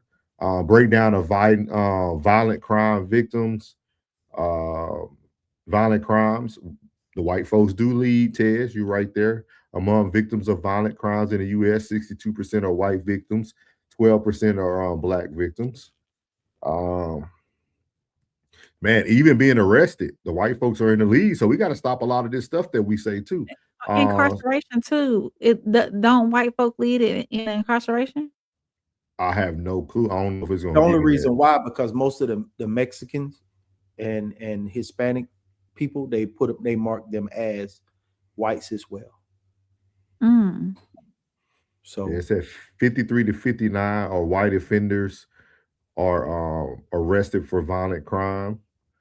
So that means whites equal 56 to 60% of the population. Blacks are 50% more likely to be victims of violent crime within a white American than a white American. Some data sets say. Let's see here. So Tez is right. Tez is right. Statistics wise, white folks do more, but we are seeing more. We're seeing more. We're seeing heavyweight. Why is that? Because you see what they just did. Because we're nosy. Yeah, we're nosy, and then we also want, like, we talked about this like when we first started No Middleman, when we were talking about politics. Black people thinks everything is funny. That's why that police officer that was standing there, right? He literally said they went from a brawl to dancing and joking. Like we think shout world star. That's what I was waiting to hear. Yeah, like we don't take things seriously. Then we want to blame everyone when it goes wrong. Like what Plugg was saying, if that would have went wrong, if somehow a white cop from Houston would have got in that crowd and pepper sprayed and that would have been it would have been a whole uproar. But like we think it's funny, and then the first thing we want to do. This is why the show tonight is about accountability. No one in the chat really wanted to take accountability for what black folks are doing. The first thing we did was compare our antics to white people antics. That is not accountability. That's the problem with the world today. Regardless, this is what we want to do. We never want to take responsibility for our culture at all. What the white man? Okay, we talking about the black person. Just like me and Plugg will talk about the white boy when the trial coming up soon with Anthony, Carmelo Anthony. We'll definitely be covering that. You know what I mean? Like we talk about the white folks when they need to be talked about, but at this moment, we need black folks to take accountability of ruining something literally in Houston, dog. Like this is something that, like Plugg said, this is history. Like the Houston Rodeo has been going on for years. Forever. Like, and all of a sudden y'all out here brawling over what? And it was females. It was majority females. It was the trip. I'm gonna tell you what tripped it out for everybody. Because the Trill Burger last year went viral. No, real talk. I know what you said. He got like 2 stations in there now. It's so simple just to put the mathematics together. The Trill Burger went viral. And then outside of the Trill Burger going viral, Bun B was there last year. So with that connection of Bun B and the Trillburger situation, and then everybody and they auntie and uncles are moving to Houston. Now everybody from every part got somebody in Houston. So when people got people there, they gonna want to pull up on their people. So now you got, that's why it made me think out the gate was like, man, that's outside. Because we didn't hear about this last year. We didn't hear about this the year before. We didn't. We was here. We was our key. So we didn't hear about this last year. This year, now everybody want to flood in. I'm seeing people on my timeline. I say, I'm in Houston. I'm in Houston. I'm in Houston. Everybody going to Houston. Everybody talk about Houston. Even in Columbus, they're like, oh, Houston the spot. We gotta go hit up Houston. Gotta go. Yeah. And I'm telling you, it's the outside. Because even here, bro, like it's different. Everybody in cowboy boots and jeans and a hat. If you ain't got no buckle, you ain't got no you look weird. You would think you would see buddy in your town, he got his boots on. You be like, look at this motherfucking cowboy over here. Well, okay, well, if you ain't got him on here, guess what? You look weird. Okay. All right. Ted said y'all won't call them Nazis, allegedly, even though they saluting. We did. If you go back and watch No Middleman before you became part of the Raw Society Coalition, the grown folks business. Huh? Oh yeah, the grown folks. Yeah, the grown folks business. We talked about that. We talked about the whole salute thing that Elon Musk did and everything. Yeah. So don't say y'all. We speak about it all. We speak about it all. He said, "You freaking right. We're not about to sit here and pretend like black folks in general are the problem. We never said they're a problem. We said they lack accountability. They lack accountability, just like we're doing right here today. We're comparing instead of taking accountability. You can never move on in life with comparison. You can't move on with life. Don't know who this guy is with the Snow Queen. Say hey to him, Rain. I think he wants you to speak to him. Hey, not the original handle. We appreciate you coming in tonight. Thank you for the view. Make sure you like, subscribe to all of our channels. Check out the Raw Society Coalition. All our links are there. Such a lady. We're not making it about color. We're making it about blacks not taking accountability, which was easily witnessed in the first two sentences when we showed it. Miles said, being outside, the lights come on, it's not being accountable. Why you skip saying street? Some of the roaches come. Being outside when the street lights come on, the street lights come on, it's not being accountable. Them roaches. She said, see, here we go. We're gonna compare everything. We're gonna compare everything now. Everything at Coachella. Everything at Coachella. St. Patty's Day from my hometown never talked about, but the college party at Orange Crush made the news every year. Hey. Yep. That particular fight that I was talking about, Chanel, that fight, I tried to I think I sent it over to my homeboy. When I tried to show it, I think I tried to show it to you, and it was already unavailable. They took it down. Yeah. They took it down. Yeah, he said the country is majority broke, and when people are broke, they cope. Coping is usually leaving sobriety behind. A bunch of under the influence, broken, stressed people gonna fight a little bit. I would agree with you, but those are teenagers. Not saying they can't be under the influence, but they could be under THC allegedly, or drinking as well. But I think pill poppers now, man. That 25 the 30 range, that's probably where the weed smoke. Them 17 the 20 24. They popping pill. But we gotta have this. We gotta have this conversation too, though, because I think this is something we're missing. Right? We're missing something right here. See, my brother do the same thing. My brother's been in law enforcement for 16 years in the state of Louisiana, and I think this is the point that we truly miss, right? Because y'all will want this young man to step up and do the right thing for his people in the midst of things of that nature. That's why I say we have to start holding people accountable, because I know it's funny to make takes and things of that nature, but I'm telling y'all, this is why you have the young man who was punched in the face by the white cop that we covered earlier in the year on No Middleman. Like from Jacksonville. These isolated incidents gives the person that y'all want to blame another reason to say, yeah, man, I tased them because blah, blah, blah, blah. because he can't stop it. I'm circling him. Y'all can't see it. I'm circling the black cop. He has no leg to stand on. And that's what I don't think we think about, because my brother talked to me about this all the time. He always talks about it's not him judging black folks, it's him understanding that black people, we push the blame, or we want to compare statistics, but we never change our actions. Like I said this before on No Middleman. We have all the answers to the test, but we still continue to fail the test. How long are you going to fail the test and everybody's going to be on this struggle bus of comparison? We know we can't do what they do. Just like Fetty told us at the beginning, you do the time, I'm sitting down. I'm sitting down. He said, run the tape back. That was definitely made to be about color. Oh, man. He said, hold myself accountable. All right, sucker free. Appreciate you. He said there's 75 white riots every year. You might get 3 or 4. Yeah. Tez, we know the numbers, dog. I gave the numbers. We already know whites lead. I gave the statistics.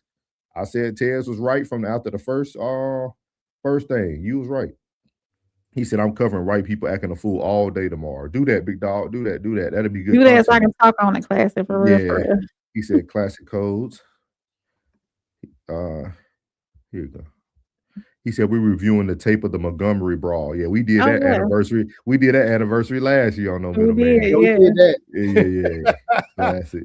Hey, it's equal opportunity, baby. Yeah, don't forget the one in Cleveland. Yeah, we did that one too. The Cleveland one with the white man getting jumped outside. We did the one in Indianapolis. We did that one too. Again, not talking about Classic and Tez. This is how I can tell that none of y'all have went back and watched our content. These conversations in the chat let me know that y'all have started from where you are and never went back to watch anything, because you will hear all our opinions on all those events. We didn't miss an event. We used to cover everything that was equal opportunity, baby. We switched over to relationship nuances later on, but we were covering all the big things. Nigga, we were like the black and white CNN. hey, we covered everything. Like, it wasn't a thing that we didn't cover. Fine. We here now, LOL. But Chanel, the reason why I want y'all to go back is because you will change your tone on how y'all think we feel. Yeah, and how we think. Y'all are comparing our thoughts to something that you only seen today.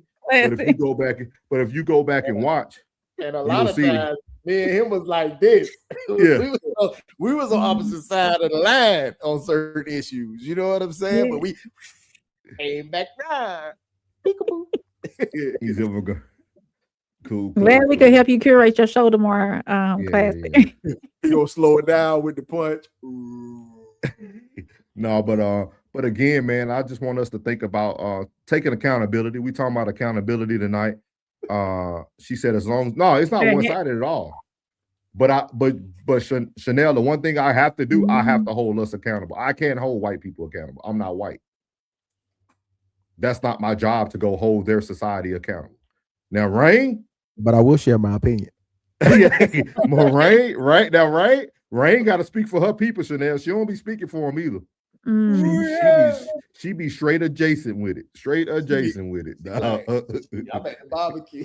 I don't know what they do. Straight adjacent with it. Please. Thank you. No, but I do want us to think long term, guys, that when we have these incidents, understand that these type of incidents give the leeway to people responding the way they want to respond, because now they have proof that they can't handle this. You know what I mean? He said, I'm working on Classic and I will be looking in the future. Calling us out on this public platform because I wasn't there. You was. I saw the boots. Lemon pepper steppers. She's stupid. Chanel funny, man. Chanel funny. Richard said, we need to look at gangs plus as being dumb now instead of saying you don't do it. Pointless.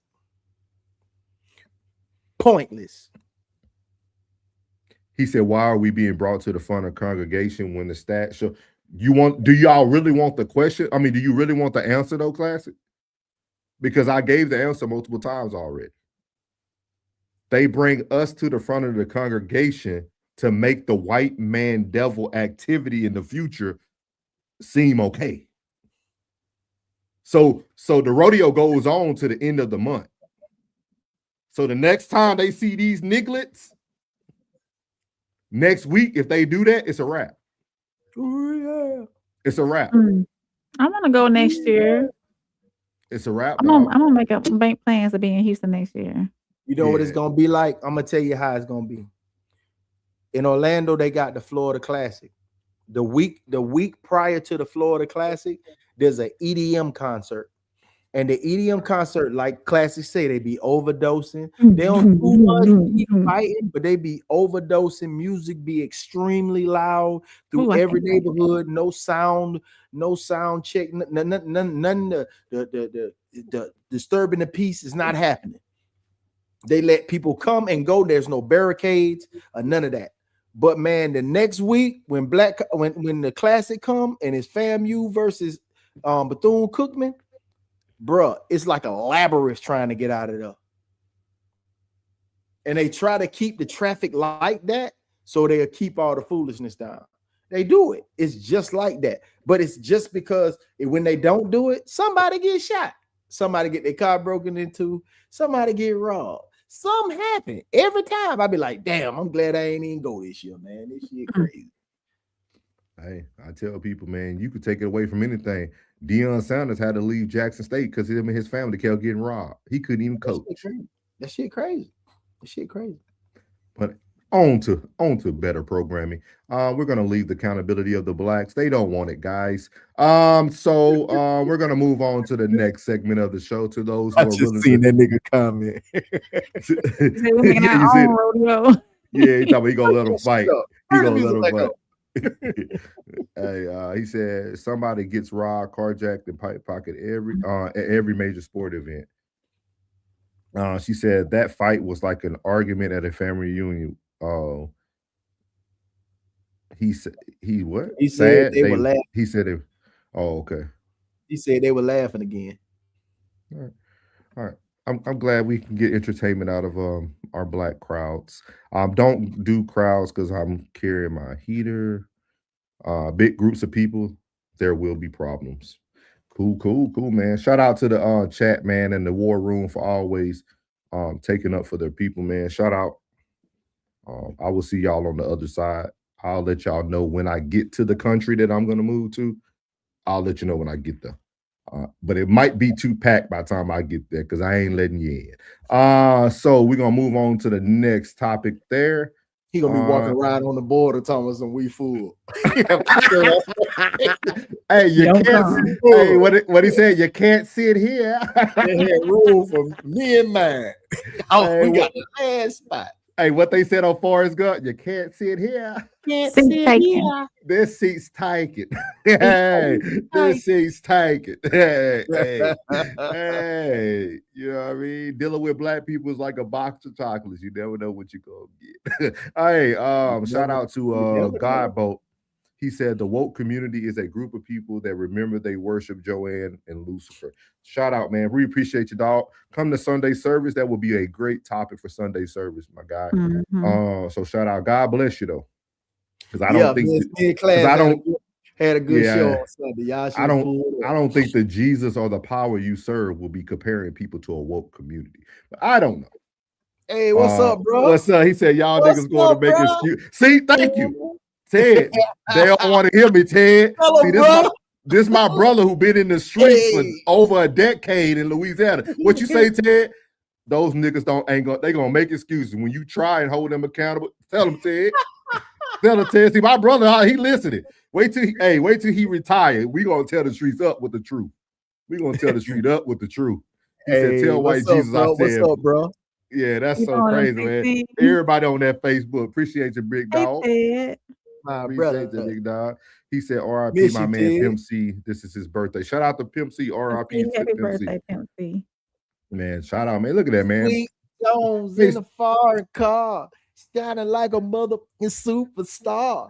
I'm sipping the bar. I'm gripping the grain. I got 17 carats in my piece and chain. I've been a young pimp since I was a kid. Mama be ashamed of all the shit I did. Yeah. Hey, okay. He said, oh, okay. All right. See. Hey, shout out to Pimp C, RIP Pimp C, man. We moving on to the next, man. What's good, my people? We good, big dog. Appreciate you, Ted, man. Appreciate you, man. Share it with all your people, man. I know y'all got a following out there too. Share it with your people, Ted. So we're gonna be moving on to Iman Shumpert, man. He describes LeBron's form of accountability. So as y'all know, tonight we're speaking about accountability from all standpoints, man. So I didn't want it to feel like just about black people, white people, prison, this and that. This is a great example of people holding each other accountable and being willing to call people out when they don't know what they're doing. So this is Iman Shumpert talking about LeBron James and how LeBron James held him accountable, but also said some things about Carmelo Anthony. So here we go. Like the times that I'm thinking TA just trying to get a stop. And Bron like, no, TA trying to speed you up or slow you down because it's a 2-for-1 situation and you just don't know. He taking advantage of you. Mm-hmm. So you taking the bait because you don't know what the fuck you doing. And he like, you know, he looking at me like Melo ain't teach you, but it's like anytime Melo said 2-for-1, I went, but I don't know what the fuck you talking about, gang. Like I was embarrassed to tell Melo I ain't know what the fuck. Right. For real though, this be being transparent at 21. Like Melo telling me some shit I don't know, but Melo not the type of nigga that's gonna grab you after the game, sit you down, say this was the play, circle it. Melo kind of internalizes it and be like, damn, his young ass, I can't expect his young ass to know that. So I need to score another 5 points. Right. I need to do a little bit more. I should have, I can't miss this shot. Lead by example guy. Yeah. He like, it can't be Shump's fault. You know what I'm saying? And Bron kind of holds you accountable like, I'm going to throw a turnover if you're not in the spot I told you to be. I'm going to throw a blind pass over my head. And if you're not there, I'm going to tell coach to take you out. Right. But that's the pass. And that's what you would say, the similar, you know, similar to LeBron.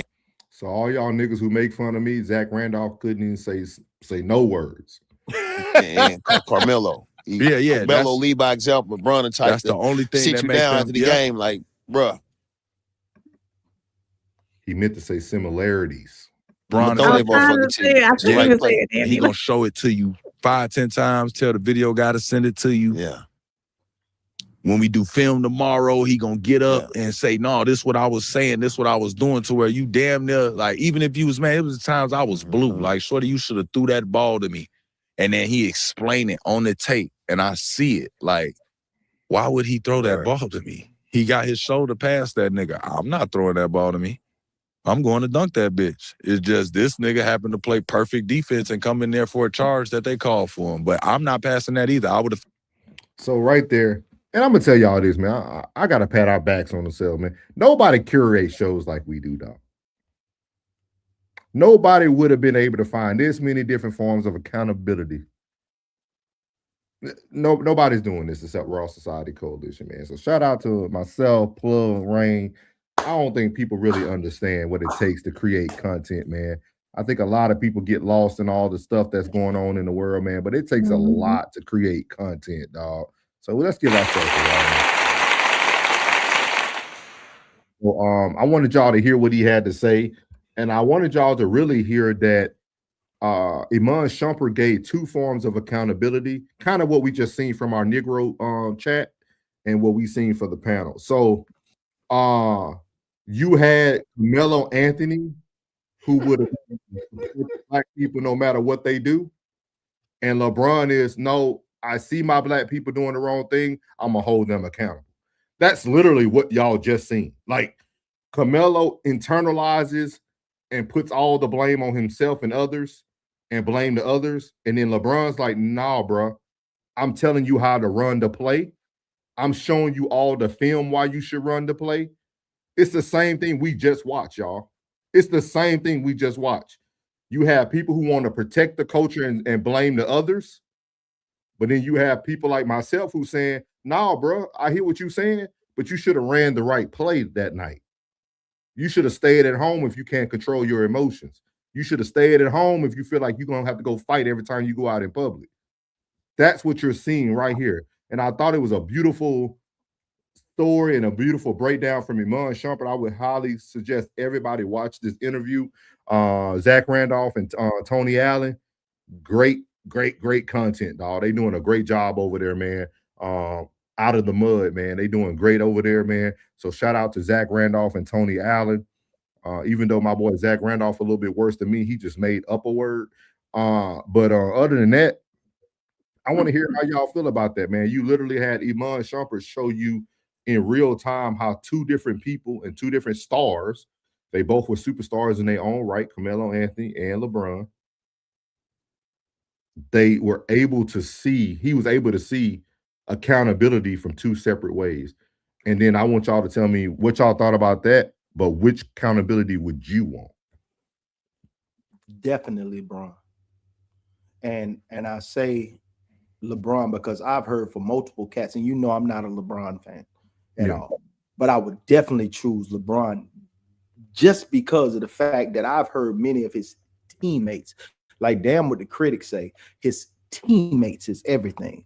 And when it comes to his teammates saying that how he coaches on the court, now he might be unruly with the coaches, you know what I'm saying? But he got just as much experience as they do here in the league, you know what I'm saying? So at the end of the day, I sit back and I look at it from that standpoint and say, that's why I need for him to retire, because he won't get his flowers until he's out of the game. Like Kobe. A lot of people didn't look at Kobe the same way until he retired. Then they gave Kobe his flowers. They missed Kobe from the game. And Melo, I don't think too many people miss Melo. It's a select group. And it's not because of the championships. It's just that he didn't breed champions. He didn't breed people that came up under him, didn't go somewhere else and was leading a team. It is what it is. I love y'all, man. 10 classic. I love y'all for real, dog. Real talk. Y'all funny, man. I answered that. Chanel started to chime in too, man. I love it because we able to create great content, man, because of y'all and like the whole chat. We know how to get everybody going. We know how to get everybody going, man. I appreciate it. He said that nigga post game check got a wild XG Rose. Get the F out of here. Hey, come on, man. Ted said, "Sup on LeBron payroll." No, hey, Ted. JR used to be, but JR jumped off of it. Jumped off. Hey, you can't take one situation over that whole span of a career, but we can take that flopping. Yeah. What you think about this, Rain? You ain't got to speak on it from a sports aspect. You can just speak on it from hearing someone being held from accountability from two different lenses. Are you muted? You muted, boo boo. Yeah, sneeze earlier. I ain't wanna. But no. So even though I'm not big on basketball and whatnot, I see LeBron's stance on where he's like, I'm showing y'all what. Go ahead, Ted. We welcome it, Ted. Go ahead, Ted. We welcome it. Go ahead, Ted. We like mess. We like it messy over here. Go ahead, Ted. But I see where LeBron is like, listen, this is what should have been done. Why wasn't it done? This is a team.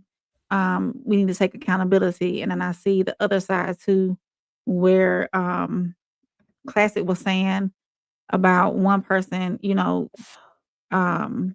taking the brunt of everything and just cooking on it instead of like pointing fingers. So I see both sides. I can see both sides. Sort of. What are y'all talking about on the basketball side, or taking accountability side, not basketball side? Well, no, I ain't big into basketball. But even him taking it on his back, you know what I'm saying? It's still an I situation. If you're not correct, with Melo, with Melo, if you're not talking to somebody and explaining where they made the mistake, they'll continue making the same fucking mistake, and that's why you can't have expect somebody to change unless the mistake has been addressed. That's what I was you say. cooking. You cooking. But guess what? Ain't nobody else cooking. Because you know what looks real awful to me? Now, if you go against me on this one, you just want to be an antagonist, Classic. When I look at a spreadsheet of the scores from the night, and I see 39, and then the next number I see is 12, and then I see 9, then 4, 4, 4, 3, 2. Fuck out of here. I'm not going for that. Yeah, I think I got you, Ted. We're gonna definitely. I started, so we're gonna talk about it. So, hold on, no, before we get to that comment. So I tell people, Plugg made an excellent point because it was all I was thinking about. Is that this is why I wanted to have the conversation tonight, because the lack of one person having a lack of accountability to another made Iman Shumpert probably lose years in the NBA and lose checks. Because Iman said at 21, I was answering Carmelo because I ain't know. So he played another 2 to 3 years and finally got the LeBron. And think about how many things he learned for the first time with LeBron, that if he would have learned with Melo, he could have been 10 extra years in the league. And that's why I always tell people, I know the things I say to people, it's not going to always feel good, especially to the Black community. But if we don't hold each other accountable, dog, we are shortening people's lives and contracts. Like literally. Like this dude literally said, man, I didn't know what Carmelo was saying. I just knew he'll go score 5 extra points.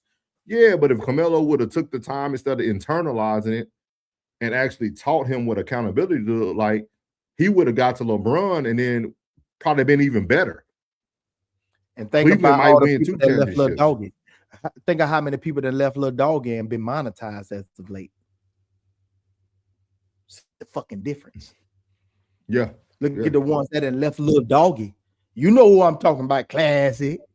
We done left Lil Doggy and they done became monetized. They growing. Yeah. They growing. I'm just saying. He said LeBron did it in Cleveland twice, Miami, and again in Los Angeles. He loves blaming other people for his losses. I mean, I didn't get that from Shumpert's thing, but I do hear what you're saying. But I think after hearing Iman Shumpert say what he said, it made more sense when he got on JR that game. When JR made that bad decision, and I think he took the shot instead of calling the timeout. Something happened. And he went to the bench and slammed the chair down.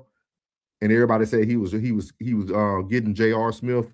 He was tearing into him. But I think it was pause. I think it was one of those things that, like, it was learning moments. And I think LeBron is a hard person probably to be around because he has the accolades aren't what's moving him. He's getting the accolades just because he's playing so many seasons. But at the same time, those things don't move him. And I think once he leaves, I think like Plugg said, people are going to hear so many stories about LeBron, kind of like Kobe, right? We knew Kobe greatness, but we never knew the impact Kobe had on other players until he truly left the league. Like you started seeing all these documentaries come out. You started seeing all these players really talk about Kobe and what he did for him. I know Kwame Brown talked about him from a positive light. Like just so many people started talking about Kobe in a different light because the dude cared about the game, man. Mm-hmm. So he said, let's go Melo. He said, who is that? AV?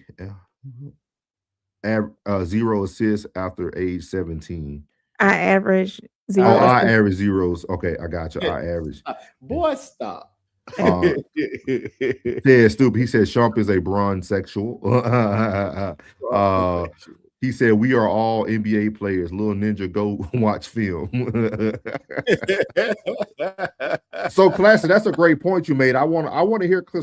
So, Classy, you're saying that you feel accountability is on the individual and not the people around them as well. Introduce that a person who actively opposes or is hostile to someone or something, and is an adversary. Antagonist still taking Melo over Bron respectfully.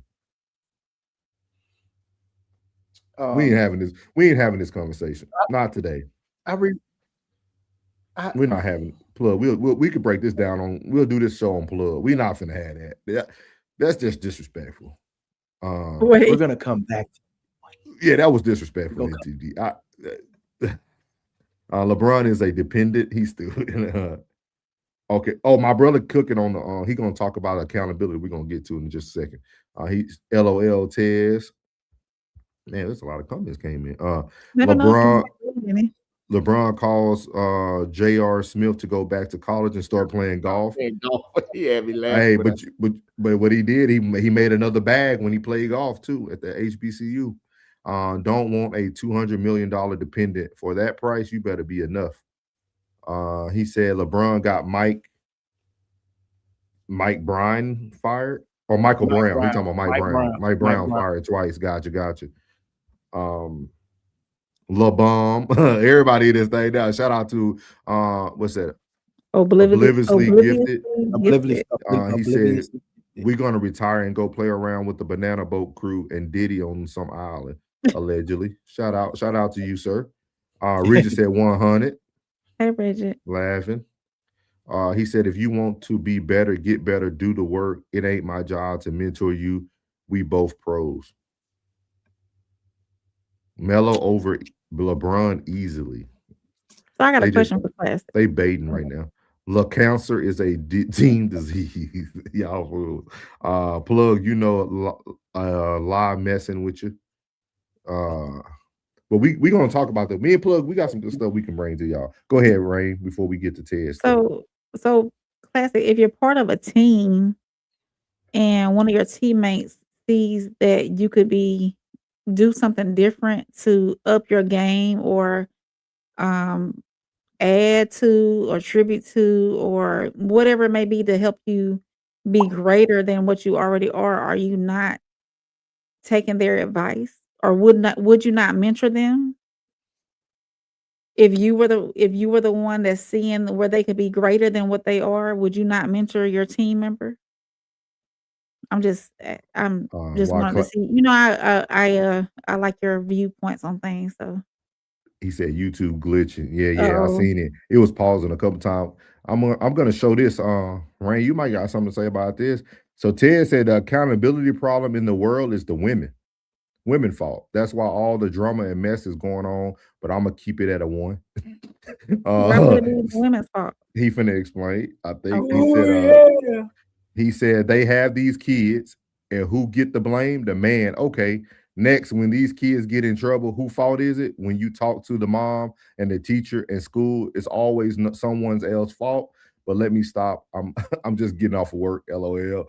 Yeah. Yeah, I see where you're coming from. You're right. Yeah, When it's always a problem with the school or a problem with your child, it's always somebody else's fault and not your child's fault or not how you raised your child's fault. And he sees It's always it a the lot. teacher, the principal, the other kids. So I get that, Ted, for real. Yeah. He sees it a lot because he does a resource officer during the day, and he talks about because he love the kids. He in the inner city of the hood, and he sees what actually goes on. He sees it like. And we'll have to talk about that tomorrow too. We got Michael B. Jordan, and then we're gonna talk about women lacking accountability as single mothers. Be ready, Rain. I like that. Be ready. When it's the manners, it's the mama. When it's the discipline, it's the father. Daddy. Hold on, let me hear. He said, I'll listen to them and I'll agree or disagree. Thanks for sharing. He's so stupid, dog. He said, I ain't know how to mentor. Pass me the ball if you confused. I don't believe classic. When it was simple. Give me the ball and move. I don't believe classic. Not the way that I see him with a particular individual. Yeah. That's not him at all. Yeah, I can't believe you, classic. I can't even. It's just when he talking ball, he'll give a damn. Yeah. He said LeBron still plays. Yes, he's still in there.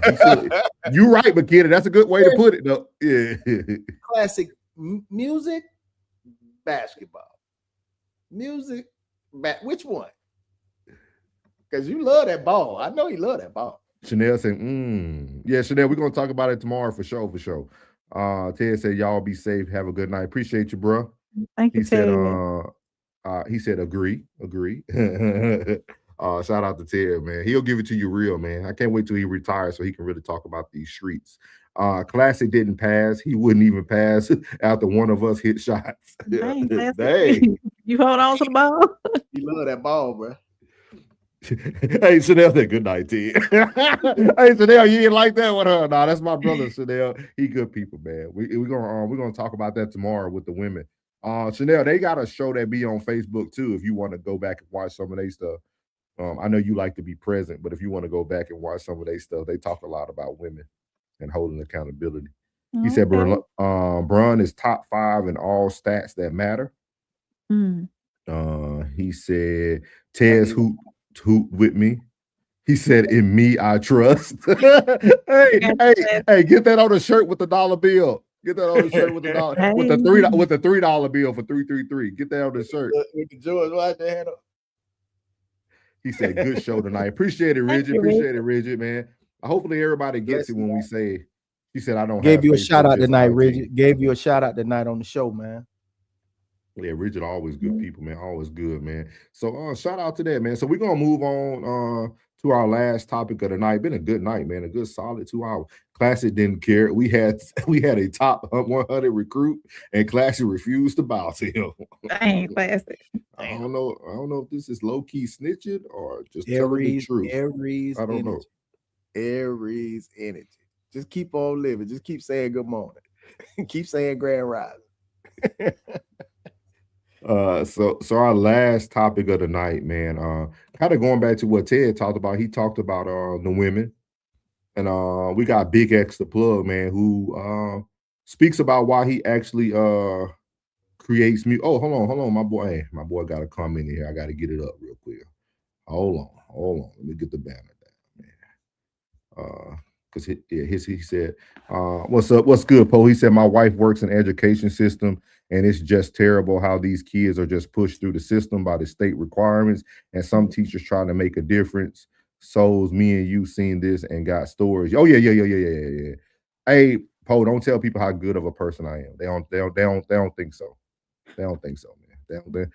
They don't think so, Poe. They don't know what we did for the inner city of Ohio for 4.5 years. They don't get it. We're a villain in their eyes. Aries, I swear, man. You miss all the shots you don't take. Stay dangerous. Yeah, shout out to my boy Poe. Yeah, I mean, we did a lot of great things in the inner city of Ohio, man. But don't tell nobody, Poe. I am a villain, sir. Hold on to his villain. Yeah, no, that they gave it to me. I don't hold on to it. That's what people think when they hear me. So we're gonna move on to the last one. Big X the Plug said music supplies for his kids, not in it for the awards. Fatherhood accountability. This is from Big X the Plug, man. So we rounded off tonight with fatherhood and accountability. So here we go. I bet all his I'm kids doing it look for a good. different reason. I'm not doing it because I want to be best rapper in the world. I'm not doing it because I want to win a Grammy. I'm doing it because I want to take care of my kids. As of right now, this is what's helping me take care of my kids. So all the stuff that come along the way, I mean, it come. I'm grateful for it, but being able to pay, I really can pay for my kids to go to school, both my kids to go to college, and therefore, and that's what I look forward to. I never came into it with goals. Like, my only goal is to take care of my kids. I'm doing it for a different reason. I'm not doing it because I want to be best rapper in the world. I'm not doing it because I want to win a Grammy. I'm doing it because I want to take care of my kids. As of right now, this is what's helping me take care of my kids. So all the stuff that come along the way, I mean, it come. I'm grateful for it, but being able to pay, I really can pay for my kids to go to school, both my kids to go to college, and therefore, and that's what I look forward to. I never came into it with goals. Like, my only goal is to take care of my kids. I'm doing it. So there we end the night on Big X the Plug, taking responsibility. Shout out to Big X the Plug for coming up to Houston, being the secret, I guess the surprise guest for Shabuzi. They with the Grammy-winning song they have together. Big X the Plug came out in H-Town and shut the whole show down, man. So shout out to Big X the Plug. But what do y'all guys think about Big X the Plug saying, hey, music supplies for my kids, I ain't worrying about the hardware? What you got, Plug? This the shit that it just like sometimes it make me want to slap the shit out of these men, man. And I'm not talking down about mental health. I'm not. But you done made it out the motherfucking gutter to getting your song being. I know you making money because I'm hearing we play the top 100 bullshit. You know what I'm saying, in our shop, and I hear you every day. And if this is what you living for, to take care of your kids, then what the fuck is you doing talking about I'm depressed? Hey, bro, I'm not talking. Y'all listen, I am not. It's okay to not be okay. It's okay to not be okay. But it's not okay to not be okay a lot. I don't be wanting to hear that. You just say you do this for your kids. It ain't about you, nigga. It's about your kids. So I hear this and I love the accountability, dog. I love the way you doing. You know what I'm saying? But bruh, stand on shit. And if you got to stand on your kids to make it, you know what I'm saying, make it shake, then that's cool, bro. Do that. Leave all that other shit. That shit, man. Fuck them Grammys. Fuck them awards. You know what I'm saying? We got somebody that's on one platform and we play the shit out that shit. And we love playing the shit out that shit. And I know that shit make it feel good. Because it make us feel good. Man, tighten your ass up, man. That's the type of talk I want to hear you say. This is the type of shit I want to hear you say. The other shit, man, put that, you better suck that shit up and blow that shit out, nigga. Thank you, Classic. He said nothing like thank you, Thuggane. Nothing like Rod Wave. Nothing like Rod Wave. He said the Grammys is a fabricated validation. I used to want one, then I put my glasses on. Before I get to Rain, I just want to give some stats for the young man. These are Big X Plugg's numbers. 4+ billion total streams on all platforms. Fuck Rod Wave.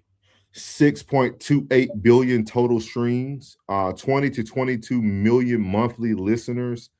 Biggest songs right now is Texas at 300 million plus streams. 500 million plus streams. The largest at 200 million plus streams. All the Way 200 million plus streams. His album Take Care, which is one of the best albums out there in my opinion when it came bro.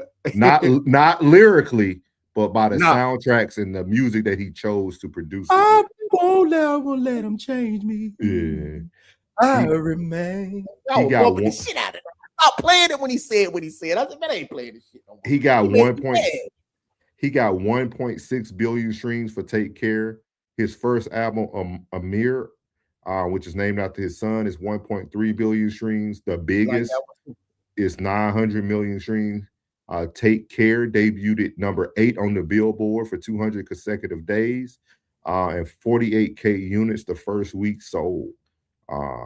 So his estimated independent worth is $2 million. He makes about $600K for streaming, $350 for touring, and even $200K off of YouTube. And I think the biggest thing people don't talk about, he was able to move his way into the country world. He made a whole country album this year that did pretty darn good. What do you think about what he said, Rain, when it comes to accountability and a man, hearing a black man, since that's what our congregation likes there in the war room, hearing a black man taking care of his kids? That's great in my eyes. You know, that seems as though that's his first priority. But in doing so, and I want to talk about this one day too, and we touched on it on No Middleman, I think once or twice. But it's coming up, it came up in a conversation that I was having the other day with somebody, and men losing themselves in relationships. We talked about it on, I think, Kirk Franklin, on one of his podcasts that he did. Dinner Kings. Dinner Kings. But I really want to dive into it too, and that'll be something that we could talk about later on. Men losing themselves in the relationships. Men letting father or husband be their first title instead of I'm a man first, you know. So I think we need to tap into that too as well. But big ups to him, you know, for taking accountability and wanting to take care of his kids and letting that be one of his priorities as well too. So I commend him for it. For real, for real. Yeah. I ain't taking none of it. Yeah, we talked about that, Miles. It was part of the radar on the radar with Rain. She talked about Michael B. Jordan. We're gonna actually be talking about him tomorrow night. So tune in. It's some damn the academy. When the people in the crowd is rooting for you, when your peers are rooting for you, that's a different kind of recognition, man. Yeah. Tell them, Classic. Yeah, is he Classic? I see how I turned it around. I could talk positive about the positive black man. He said, taking care of them babies. He said, hey y'all, he got it. Hey, no, but shout out to Big X the Plug, man. I thought it'd be great to end the show on some positive accountability. I think between Big X the Plug and Fetty Wap, man, I think them two right there tonight stood out very heavily to me. I would love to hear Plug break down Fetty Wap even more. Great interview. Great interview. And just to let you guys know, the first time Big X the Plug ever hit the top 100 was because of his country song. So again, Miss Chanel, because I always want to answer the questions of the crowd. Earlier, Chanel asked on Plug, how do we support black people? We have to support black people just as much as those white people do. This man is such a great rapper, but it took him to be on a country album to get on the Billboard for the first time. Yeah. That's the issue. He did all the way with Bailey Zimmerman. Number 4 on the top Billboard 100, number 1 on the country songs, number 1 on hot rap songs, and then also was number 1 on streaming songs and digital sales when it came to that one country song. He hit 5 areas with a country dude, and we wonder why this is why I always talk about how do we make each other better. We have to support the things that we say are good harder than they support it. Yeah. That's why people like LeBron James signs lifetime deals with Nike instead of him being the Dwayne Wayne version who makes his own brand. We have to start supporting our people so hard that they want to create their own lane so that they can always be supported by their people. A lot of times people leave their people because they're not supported by their people. And we must take accountability for that tonight, guys. We must take accountability, no pun intended, for why our people tend to leave the hoods, leave us in the music game. They start doing other things or other venues. So just something to think about, man. I think if we take more accountability on the things that other people support our people with, I think you guys will see a huge shift in society.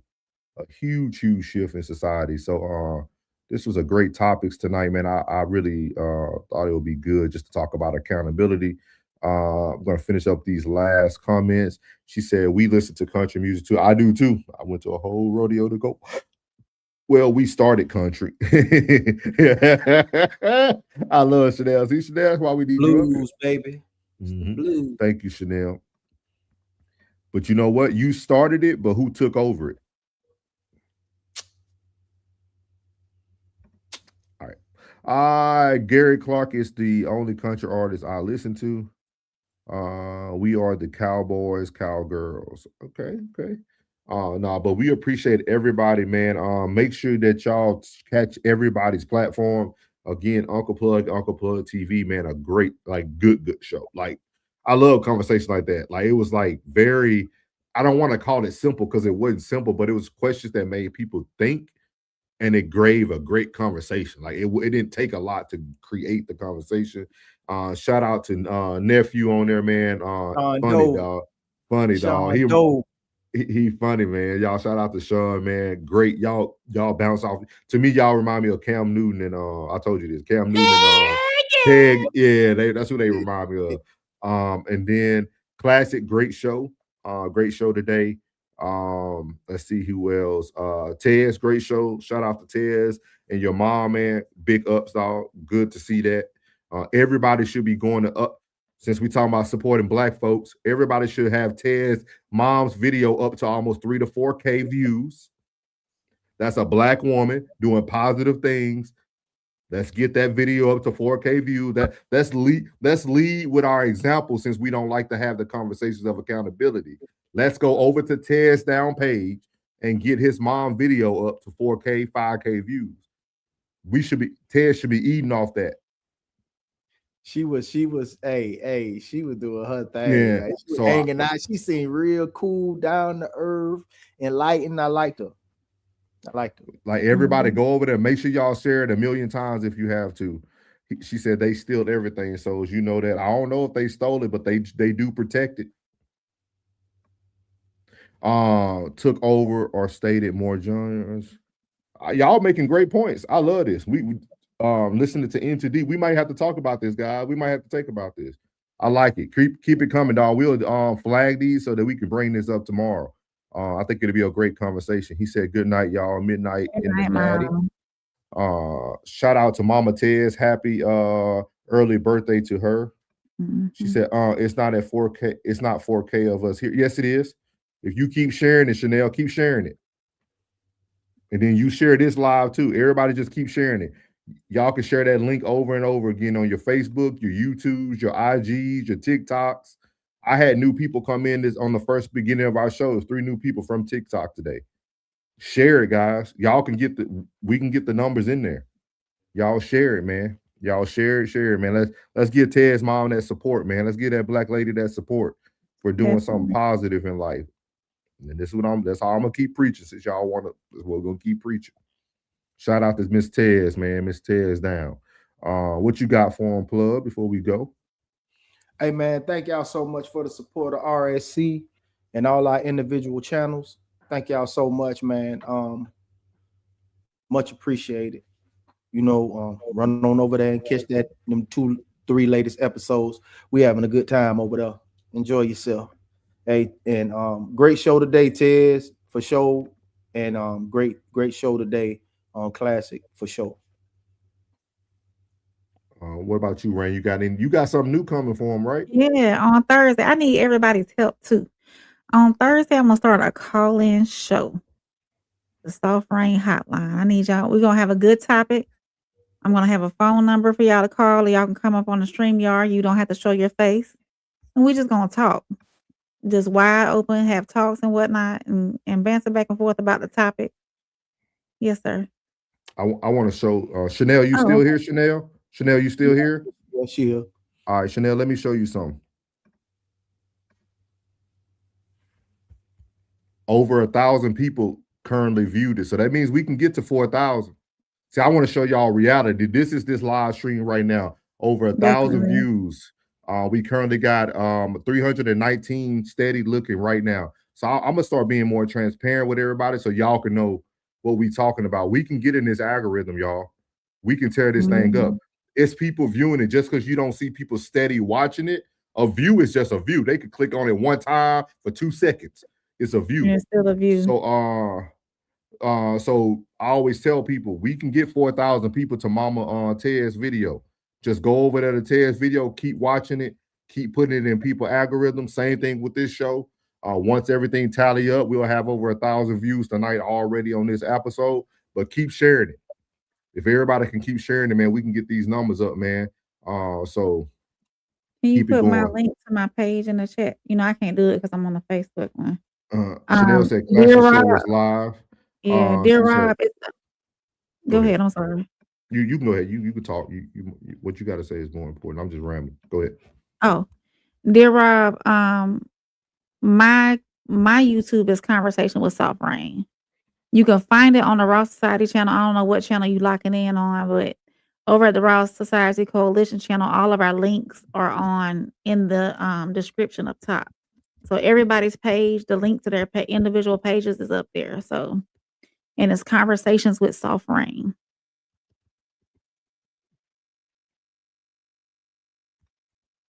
See. And I'm sharing Conversation with Soft Rain right now in the chat. So you'll see it right here. Conversation with Soft Rain. If y'all want to follow her on all her platforms, and also you could just type in the @ that you see strolling at the bottom, and it will find her. You can really just put in Rain, and it'll come right up for her. But shout out to everybody.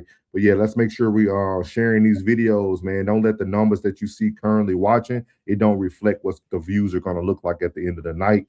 So make sure y'all are sharing all the content. He said, all right, I got y'all. Plug too. Appreciate it. And D-Rob, let us know what a YouTube soft is, dog. I'm always here for more education, dog.